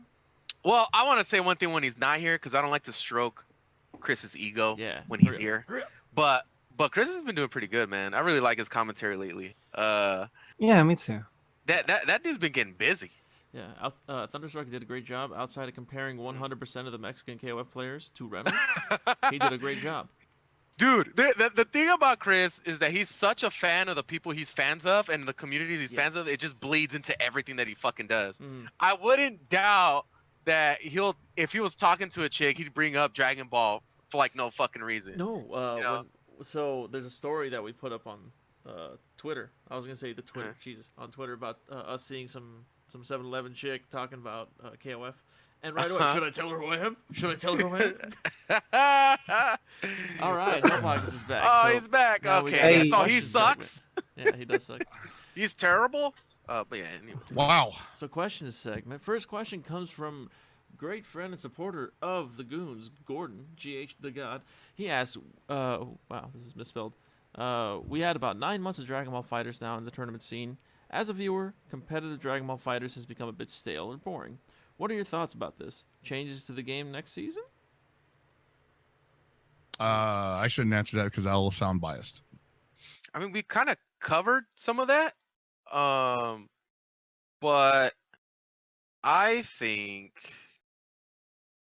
yeah, I definitely do hear from a lot of people that they feel it's getting stale. But honestly, I feel like we kind of escaped that with the patch. As far as like, I feel like it was getting like that before the patch, but I feel like more people are open to exploring the game so far, and I think it just needs a little bit more time to grow. We may not get the time, unfortunately, because these things move so quickly. If we're to believe this year's schedule, we could be at least talking about a new season by February next year. That's So, true too. Yeah. it's all up in the air. We'll see. What do you think, Tatsu? Yeah, I mean, I think for me, it comes down to character variety when it comes to keeping the game fresh. You can only watch so many Bardock level 3s before you get. Oh God! And so I mean, in that regard, we spoke on this earlier. They're doing a better job of it. They're giving us more reasons to explore characters that aren't just top 5 or whatever. And I think it's as Hell Pocket says. You just need to give it time to breathe. Give Sonic Fox some time to play around with Beerus, and then might see a Beerus uprising. Jesus Christ, dude. If that happens, I will be super happy because I can go back to playing my beta team. What was your beta team? It was Super Saiyan Vegeta, Beerus, and I think Trunks. So I think I just switched out. Yeah, you played Trunks. I played Trunks. Yeah, I think I just switched out Beerus for Kid Buu. So I could go back to that and just being like, oh hey, this works now. Probably not though. Actually, no. I think Trunks Assist would probably be good for Beerus. Now that I think about it. Shit, I've been wrong this whole time. Man, you barely play that character, dude. You knew you were gonna drop that character the minute you picked that character up. Let's be once real. Once I found out you could super dash through orbs, I was like, man, fuck this shit. Try to be cheap, man. Come on. All right, what we got next? Sorry, I was distracted by something. Next question comes from Crackprawn, and this is specifically for Tatsu. Oh Christ. What is the best Bowsette pick so far? Oh God damn it! Have you guys been jumping on that train? No. Nah, the Bowsette train. I lost like 30 followers, I think. Oh, wow. And then I made some tweet, just like pro Bowsette tweet, and then I gained like 100. It's like, I remember my coworker coming up to me. He's like, "Hey, I can't do it, man. I can't follow you anymore." It's just that's a dinosaur, man. What the fuck? Trying to stay focused at work, trying to not get in trouble. That dinosaur's got some big ass titties. Yeah, I'm all about Bowsette. There's way too many pictures to choose from though. Too many talented artists. You know how many that phenomenon is insane to me because it started from a webcomic. Oh yeah, I think I did see that. Yeah. The whole Bowsette phenomenon started from a webcomic that someone made, and then everyone liked it and started drawing fan art. And then it like plagued Twitter for a good week before it died off. Has it died off? I still see it retweeted onto my feed. Occasionally. Dude, I'll say this about it too, is that I definitely saved some images just for the fact that some of these are like legit illustrated super well. No, it's a lot of them are done by really, really famous artists that are like, super high profile and stuff, Mm-hmm. You want to know what really bugs me about it? They took like big buff ass King Koopa and turned him into a frail, dainty little blonde. No, chick. she got big. Not all of them. Not all of them, dude. It depends. It depends. I want like Amazonian King Koopa. Like, dude, some of them. What, the Sherman Koopa? You need to follow Tatsu, bro. You will see all the different types. I would turn off his retweets. His retweets would definitely turn off. Yeah, definitely. If you look over my Twitter history, like probably like a week ago, you'll see like nothing but Bowsette. And then it's like Bowsette, Dragon Ball combo. Bowsette. I was on this shit hard. No, I didn't hate it. It was just like, man, this is happening so fast. I don't really understand it. Yeah, it flooded everything. That's all I saw. Like I couldn't even tell if I was supposed to like is this gonna be like a new well, obviously it's going to be a new cosplay thing. But that took like 3 instantly already. Jeez, day one. Momokun all over that shit. All right, Gibby. Jump on next to the next question comes from Rod CU, who Hell Pockets and I got to meet when we were down at Thunderstruck. Shout out to Rod CU, Yeah. man. Ooh. He asked, do you guys think that the latest balance patch missed a few things now that it's been a month or so? It's kind of hard to say something gets missed, because I feel like that would assume that that would be me assuming that the developers didn't know what the fuck they were doing when they balanced it, you know. And after 2 or 3 tries at it, if the same issue exists, they mean for it to be in there. So, I guess if there's a bug though, then yeah, there's possible that a bug got overlooked, but I haven't seen anything get overlooked that's egregious. I think it's a pretty well put together patch, not only from the balance standpoint, but also from just cleaning up the way Dragon Ball FighterZ runs. Except there's one problem. Okay, and I am almost 100% certain that they programmed themselves into a corner here. They can't fix Super Dash. Super Dash will always be something that is just like, when it feels like it, it's just gonna fuck you, you know. Like, you're gonna get hit with a last second 1 frame cross up because you were just underneath him enough for him to fly behind you and then autocorrect and hit you from behind. And that's happened. That happens a lot. And I think, especially with Tension Han, that's like almost something you can do consistently. Not like on purpose, but like I've seen it happen a number of times with Tension Han players. So that's just something that the only way Super Dash should still happen too. Yeah, when the vertical Cross ones? up Super Dash. Yeah. And like, it's weird because you can't take out Super Dash out of the game or anything like that because it's the defining Dragon Ball mechanic. Right. Without Super Dash, it is in Dragon Ball. like straight up, right? But and they can't. You're right. They're at a point where they can't just like do simple universal changes like, oh, make Super Dash slower because then certain combos just straight up wouldn't work and like. Right.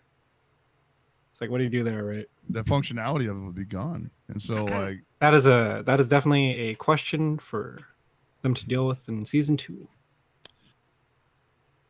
I always think about what can they change about Super Dash. Like, maybe it always hit from the front, no cross up attempts, because I feel like that's where like a lot of that weird shit happens at, is when it just tries to track, and it doesn't care what part of the opponent it's tracking. It's just gonna attract. It's gonna attract the opponent, right? I feel like if it just was forced to always hit front side, it would at least create some consistency on where it lands.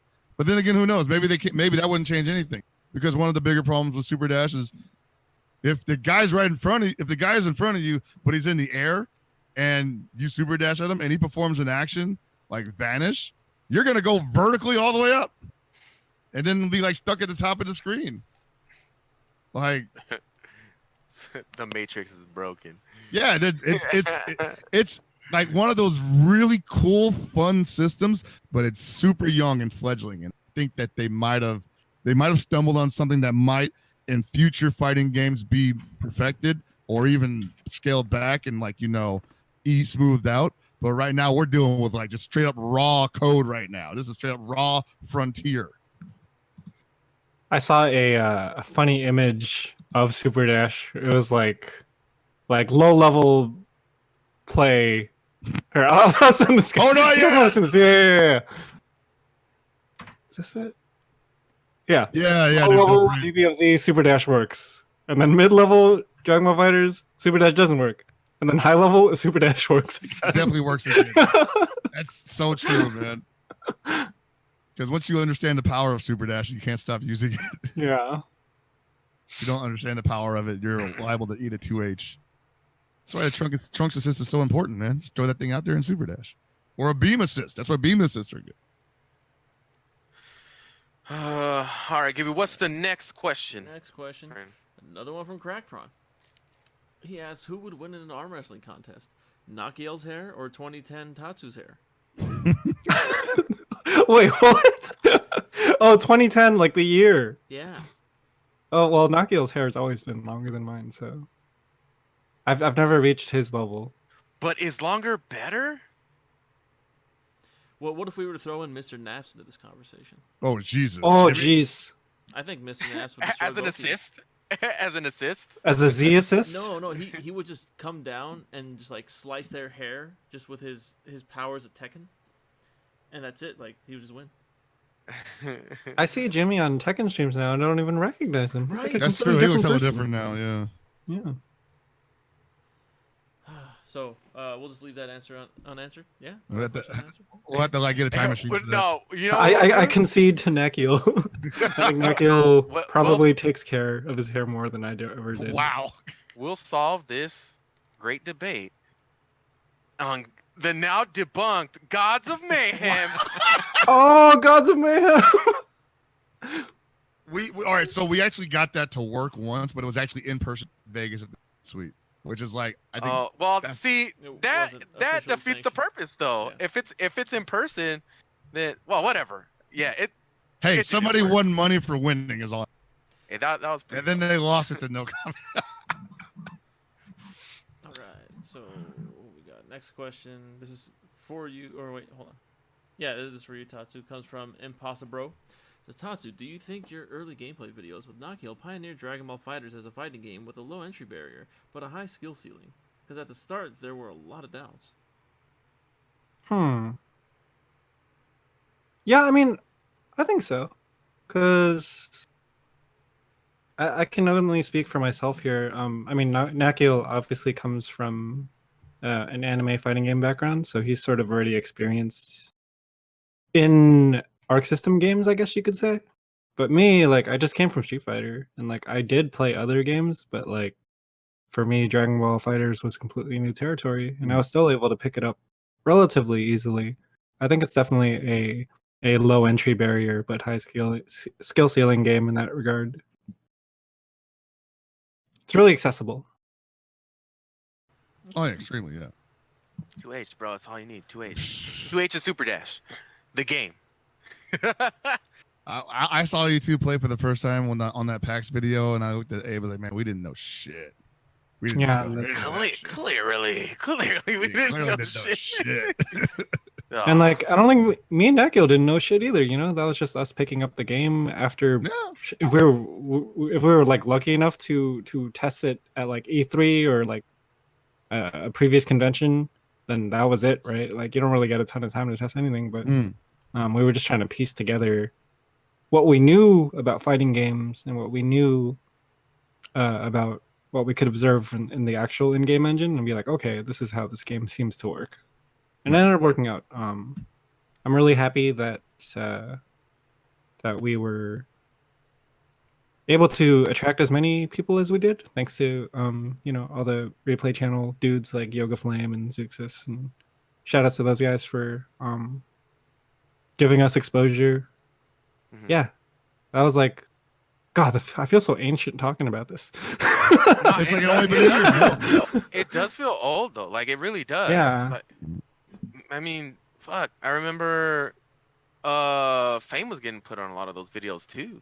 Yeah, Oh, yeah, when he started doing all that work in the East Coast, and then they flew him out to that Team Sick Bug event. Yeah, I mean even beta. No, I'm talking about like beta even. yeah. Fam was in beta 2. Yeah. Oh, he was like the high ranker, right? He Yeah, was dude. he was doing some sick stuff with Yeah. Sal Vegeta. He was the first person to do light rolling crush into Vegeta assist.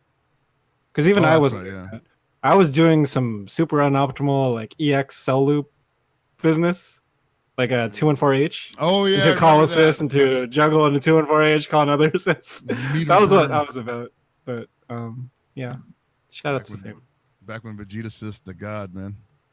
Also a MPA alumni. Just thought I'd put that out there. Oh, yeah, for sure. MPL alumni. All right. I like this next question. This is a yes or no question. I'm sure all the answers are going to be yes. Oz asks, do you think they should give characters multiple assist options to choose from, like Marvel 2? Yes. Sure.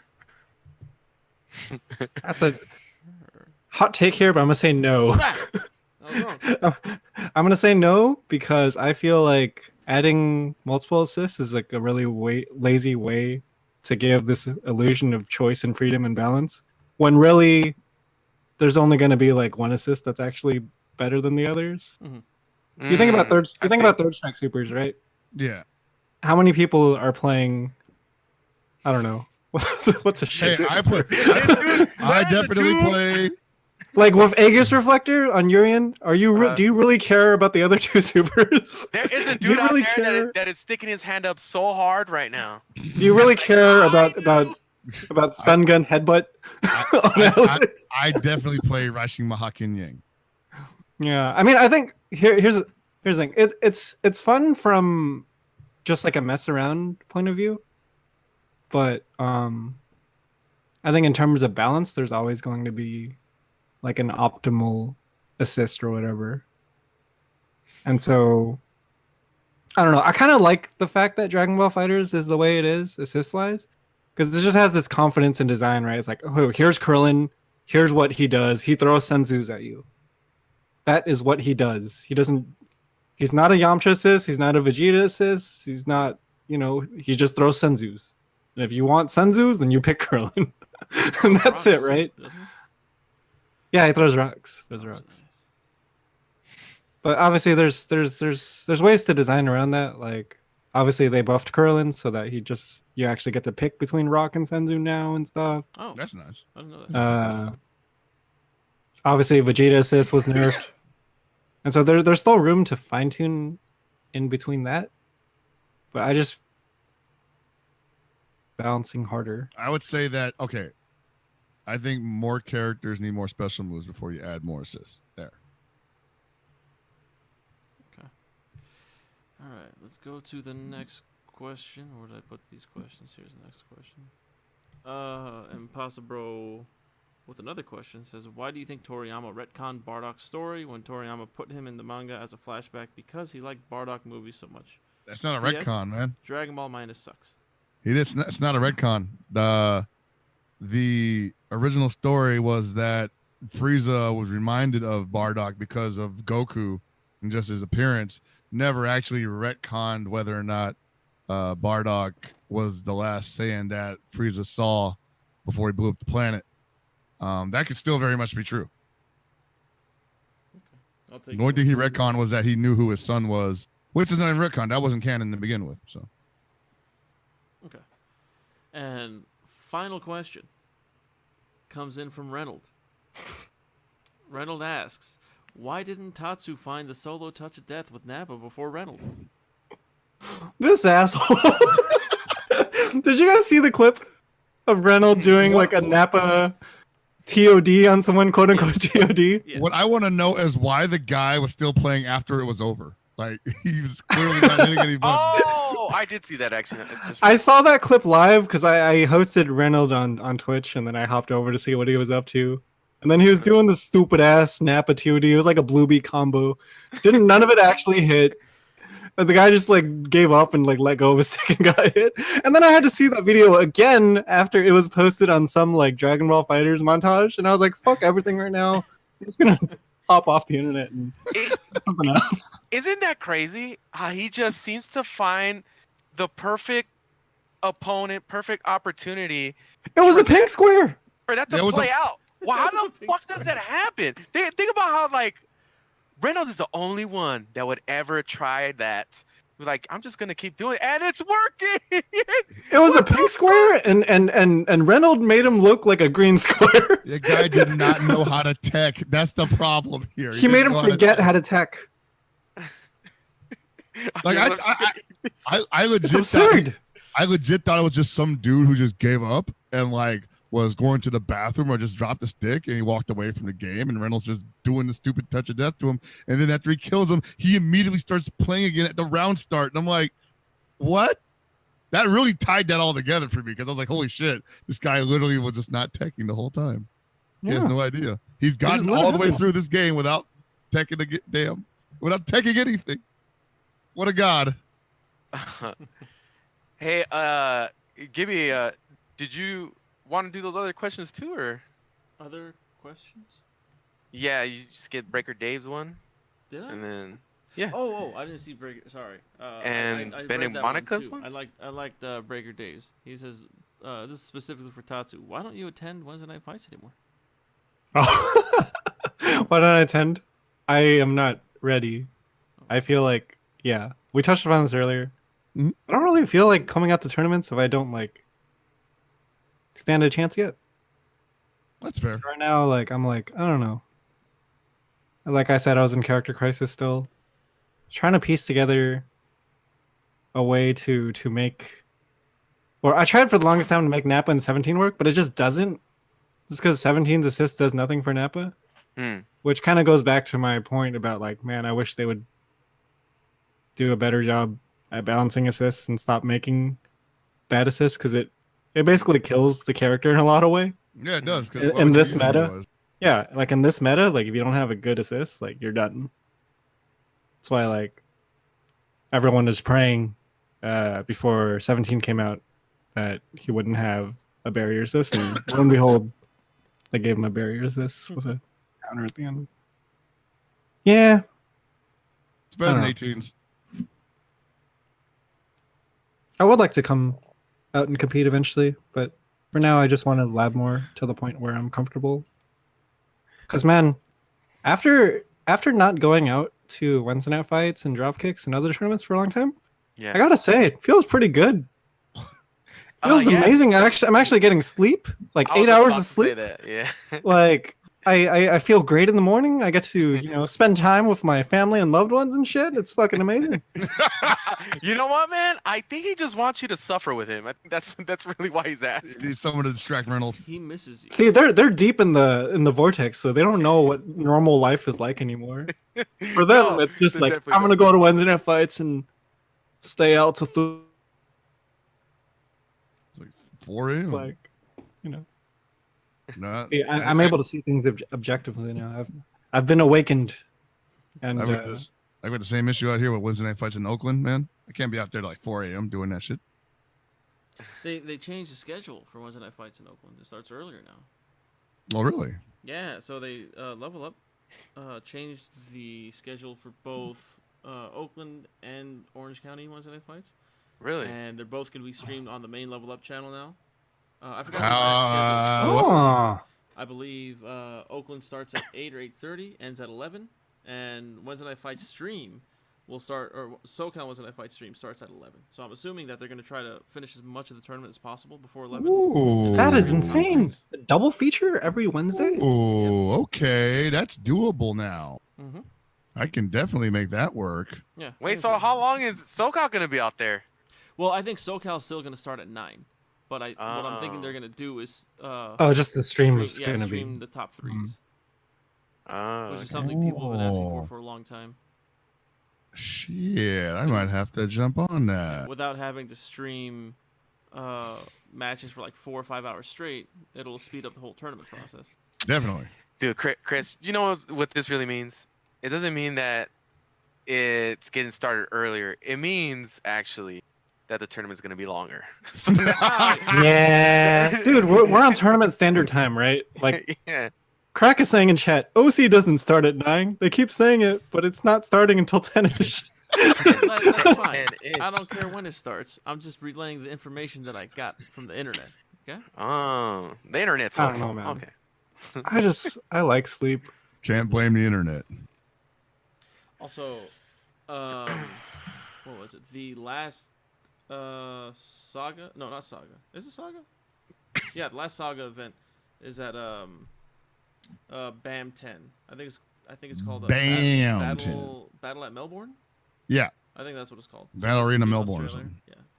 So that's gonna be filled with. That's probably gonna be the hardest tournament to win, because it's the last one.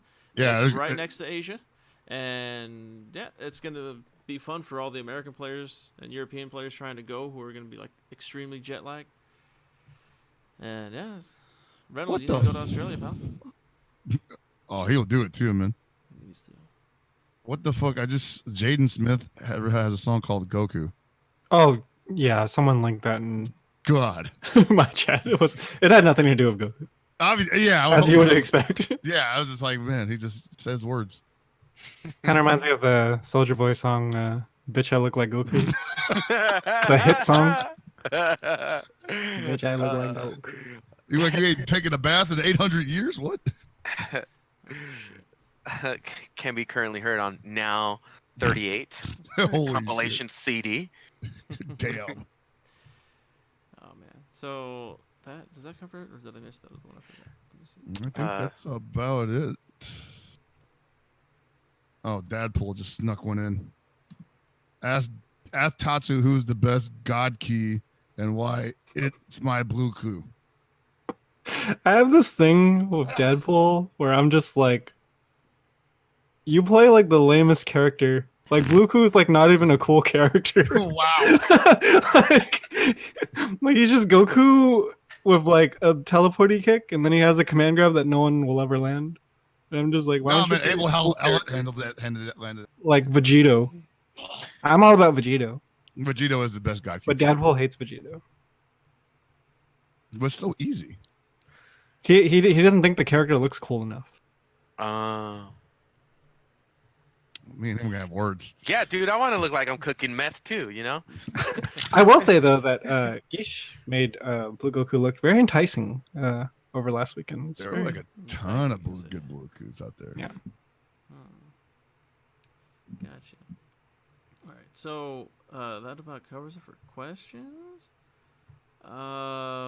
There's one last thing I would like to bring up, which has nothing to do with the show and everything to do with Goons. Hey guys, we're raffling shit off to our subs. Whoa! So, what we're gonna be raffling off once. So currently we have, what is it? 27 subs. Okay. Our next goal for Twitch emotes is at 50. I thought it was 60, but it's at 50. So once we hit the next goal for subs at 50, we're gonna be raffling off this beautiful Figma from one of my favorite fighting games, and it's Akira from Virtual Fighter.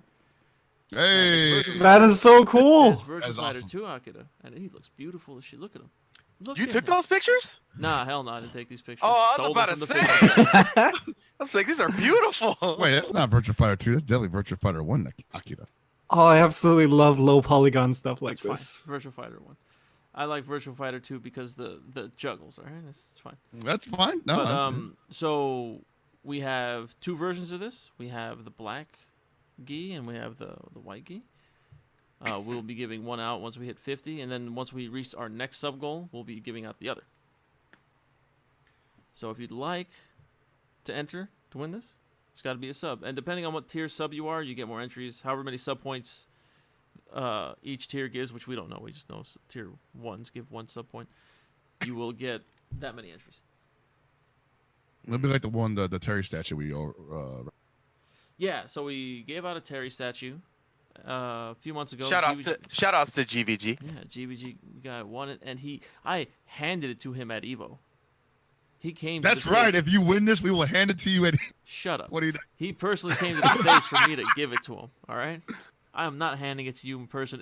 If I have to travel more than like 3 hours away from, no, I'll most likely ship it to you unless I. GVG rolled through. We were all super lit.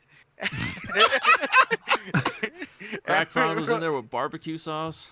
Hey, that shit was delicious.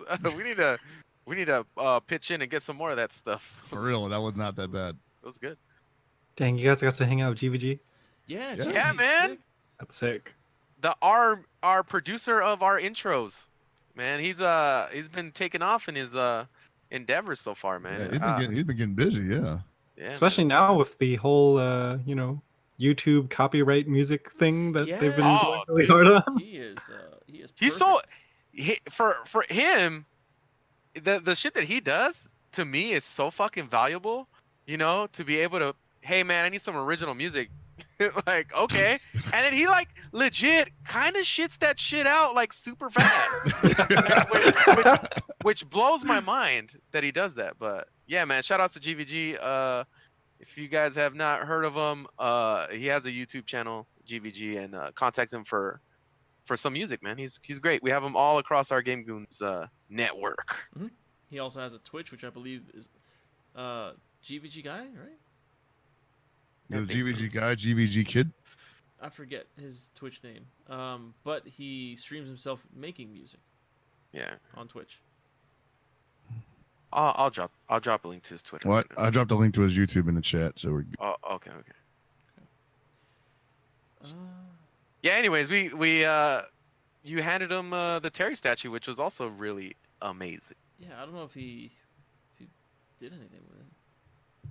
But hey, he's got it now, and that was an extremely rare statue. So he's You got that.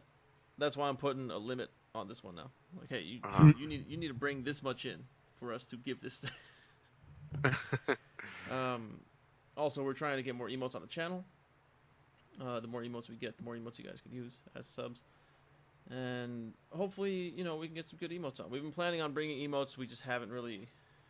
We've been doing bad at that. And that's all of our faults. Hey, I came out with some suggestions. Don't look at me. Hellbox just wants his face as an emote, and that's never happening. So for those who don't know, I get to pick the next emote we have, and I get...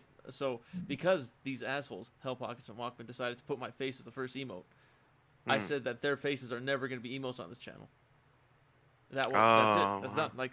And Hellpockets loves it. Look at his face right now. He's so pleased that he's never going to have his face as an emote. Well, yeah. Well. I'll find a way. You're an emote in Discord, bro, where it really counts. Yeah, exactly. Come join our Discord if you want us to use the emote for free of charge. You don't have to even join anything. You just get it for just joining. You're just giving people our product for free? Hell yeah, because we're not using it. You're wasting money. Leaving shit on the table. Man, I didn't even know I wasn't even subscribed to my own channel. Oh my god. What? You haven't been subscribed for 16 months? No. Wow, 16 months. 16 months? Nice. Damn. Hey, shout outs to us. 16 months old. Wait, not even 16 months old. We're like, shit. We really need to get a sub icon as well. Yeah, probably. Figure out what we're going to use for them. Hey, we got a brainstorm. Yeah. We'll talk about it. Okay. Stop flexing on camera, Chris. Oh, there it goes. So I think that about covers everything that I want to talk about. Again, we got the shirt, teespring.com/stores/game-goons, the new MPA shirt that our, you know, resident goon made, our art goon, I'm gonna call him that. See, that right here, boom. It's actually Son Goku, right? Not Dragon Ball Son Goku, but it's Son the Goku. mythological. Yeah, the mythological one. You got the mountain behind him. What is that mountain again? Abe? What is it called? Fuck, I don't know, dude. I think Chris knows. I believe that is called Mount Paozu. Oh, whoa, like the show. Yeah. All right, that got me. And then again, By the way, it's a real place. All original art. Not trying to shame anybody else, but hey, man, original art's hard fucking work. it is. Don't steal that shit. Just saying. And I don't know if you take this shit because it's gonna say MPA, and it's not gonna look cool when you cut them off at the waist. I'm just saying, this is hard to jack. Somebody already jacked it. Fuck. Damn it. All right, and again, once we hit our next sub goal, we'll be giving out this Akira Virtual Fighter Figma. Brand new in box, hasn't been used, hasn't been played with, hasn't been fig or mud, so you can enter to win this just by subbing. It'll be great. You know what? I was thinking about that whole new thing being on the shirt because I was like, I wonder if people are gonna think this is gonna be on the shirt because this is new. It should be on the shirt. Yeah. I'm muting myself. Thanks everybody. Y'all do take it good. Sweet. So yeah, man. Dan Tatsu, thanks for hanging out with us for a long ass time. Man, it's always great catching up with you guys. This is where Dragon Ball FighterZ started for me, and yeah, dude. More shows. We'll keep on riding, bro. We'll keep riding through, man. But yeah, this has been wow. Damn, dude. Rarely do we ever go into the 2-hour mark, don't we, Chris? Yeah, really. Wow. So everybody's asleep in the house. Jeez. I didn't even notice. Thanks to our great conversations we always have with Tatsu. Like I said, man, thanks for rolling through. But Chris, I'll let you say what you got to say and have your thoughts. Okay. Well, first I want to say thank you to Tatsu for joining us. It's always a pleasure, even though it's been 2 hours and we know you had to go to bed or whatever. You enjoy your sleep, and you know we took it away from you. So thank you for sacrificing 2 hours of sleep for us. Also want to give a big shout outs to Ben Dynamco for sending me out to Mexico to commentate Dragon Ball Fighters, and looking forward to doing that again in the future if they so need it. Also looking forward to Jump Force this weekend. I'm going to be doing some recording of that, and just check for that on our You YouTube. better, hey, hold this guy accountable. You better put that shit out. I would. Shit. Yeah, fuck that, man. Where the fuck is that Sengoku video? It's coming. Hold Okay, on, I'm back. Where's that's the the wrong $50 that I put the $50 in there. What the Did fuck? he? Did he? Yeah, he Yes. did. He All did. right. God damn it. All right. Anyway. Uh-huh. Yeah, so I'll be recording that, putting some videos up this weekend or next week. It'll be recorded this week. If I have time, I'll stream it also. And just want to thank everybody who's been sticking with us for more than 16 months. Jesus, man. Like, this channel's been going for a better part of 2 years at this point, probably more so than that, and cannot wait for more new games for us to showcase here. As you know, we're not just about Dragon Ball, we're also about SNK stuff. You know, Samurai Shodown 7's coming out, so keep your eyes peeled for that. Make sure you watch Fatal Showdown when we finally have a reason to, air it. And yeah, I think that should about cover it for my closing monologue. So for everybody here at Game Goon Studios and at the top of the Mount Paozu arcade building, I guess you can call it, keep it super, if you know what I'm saying.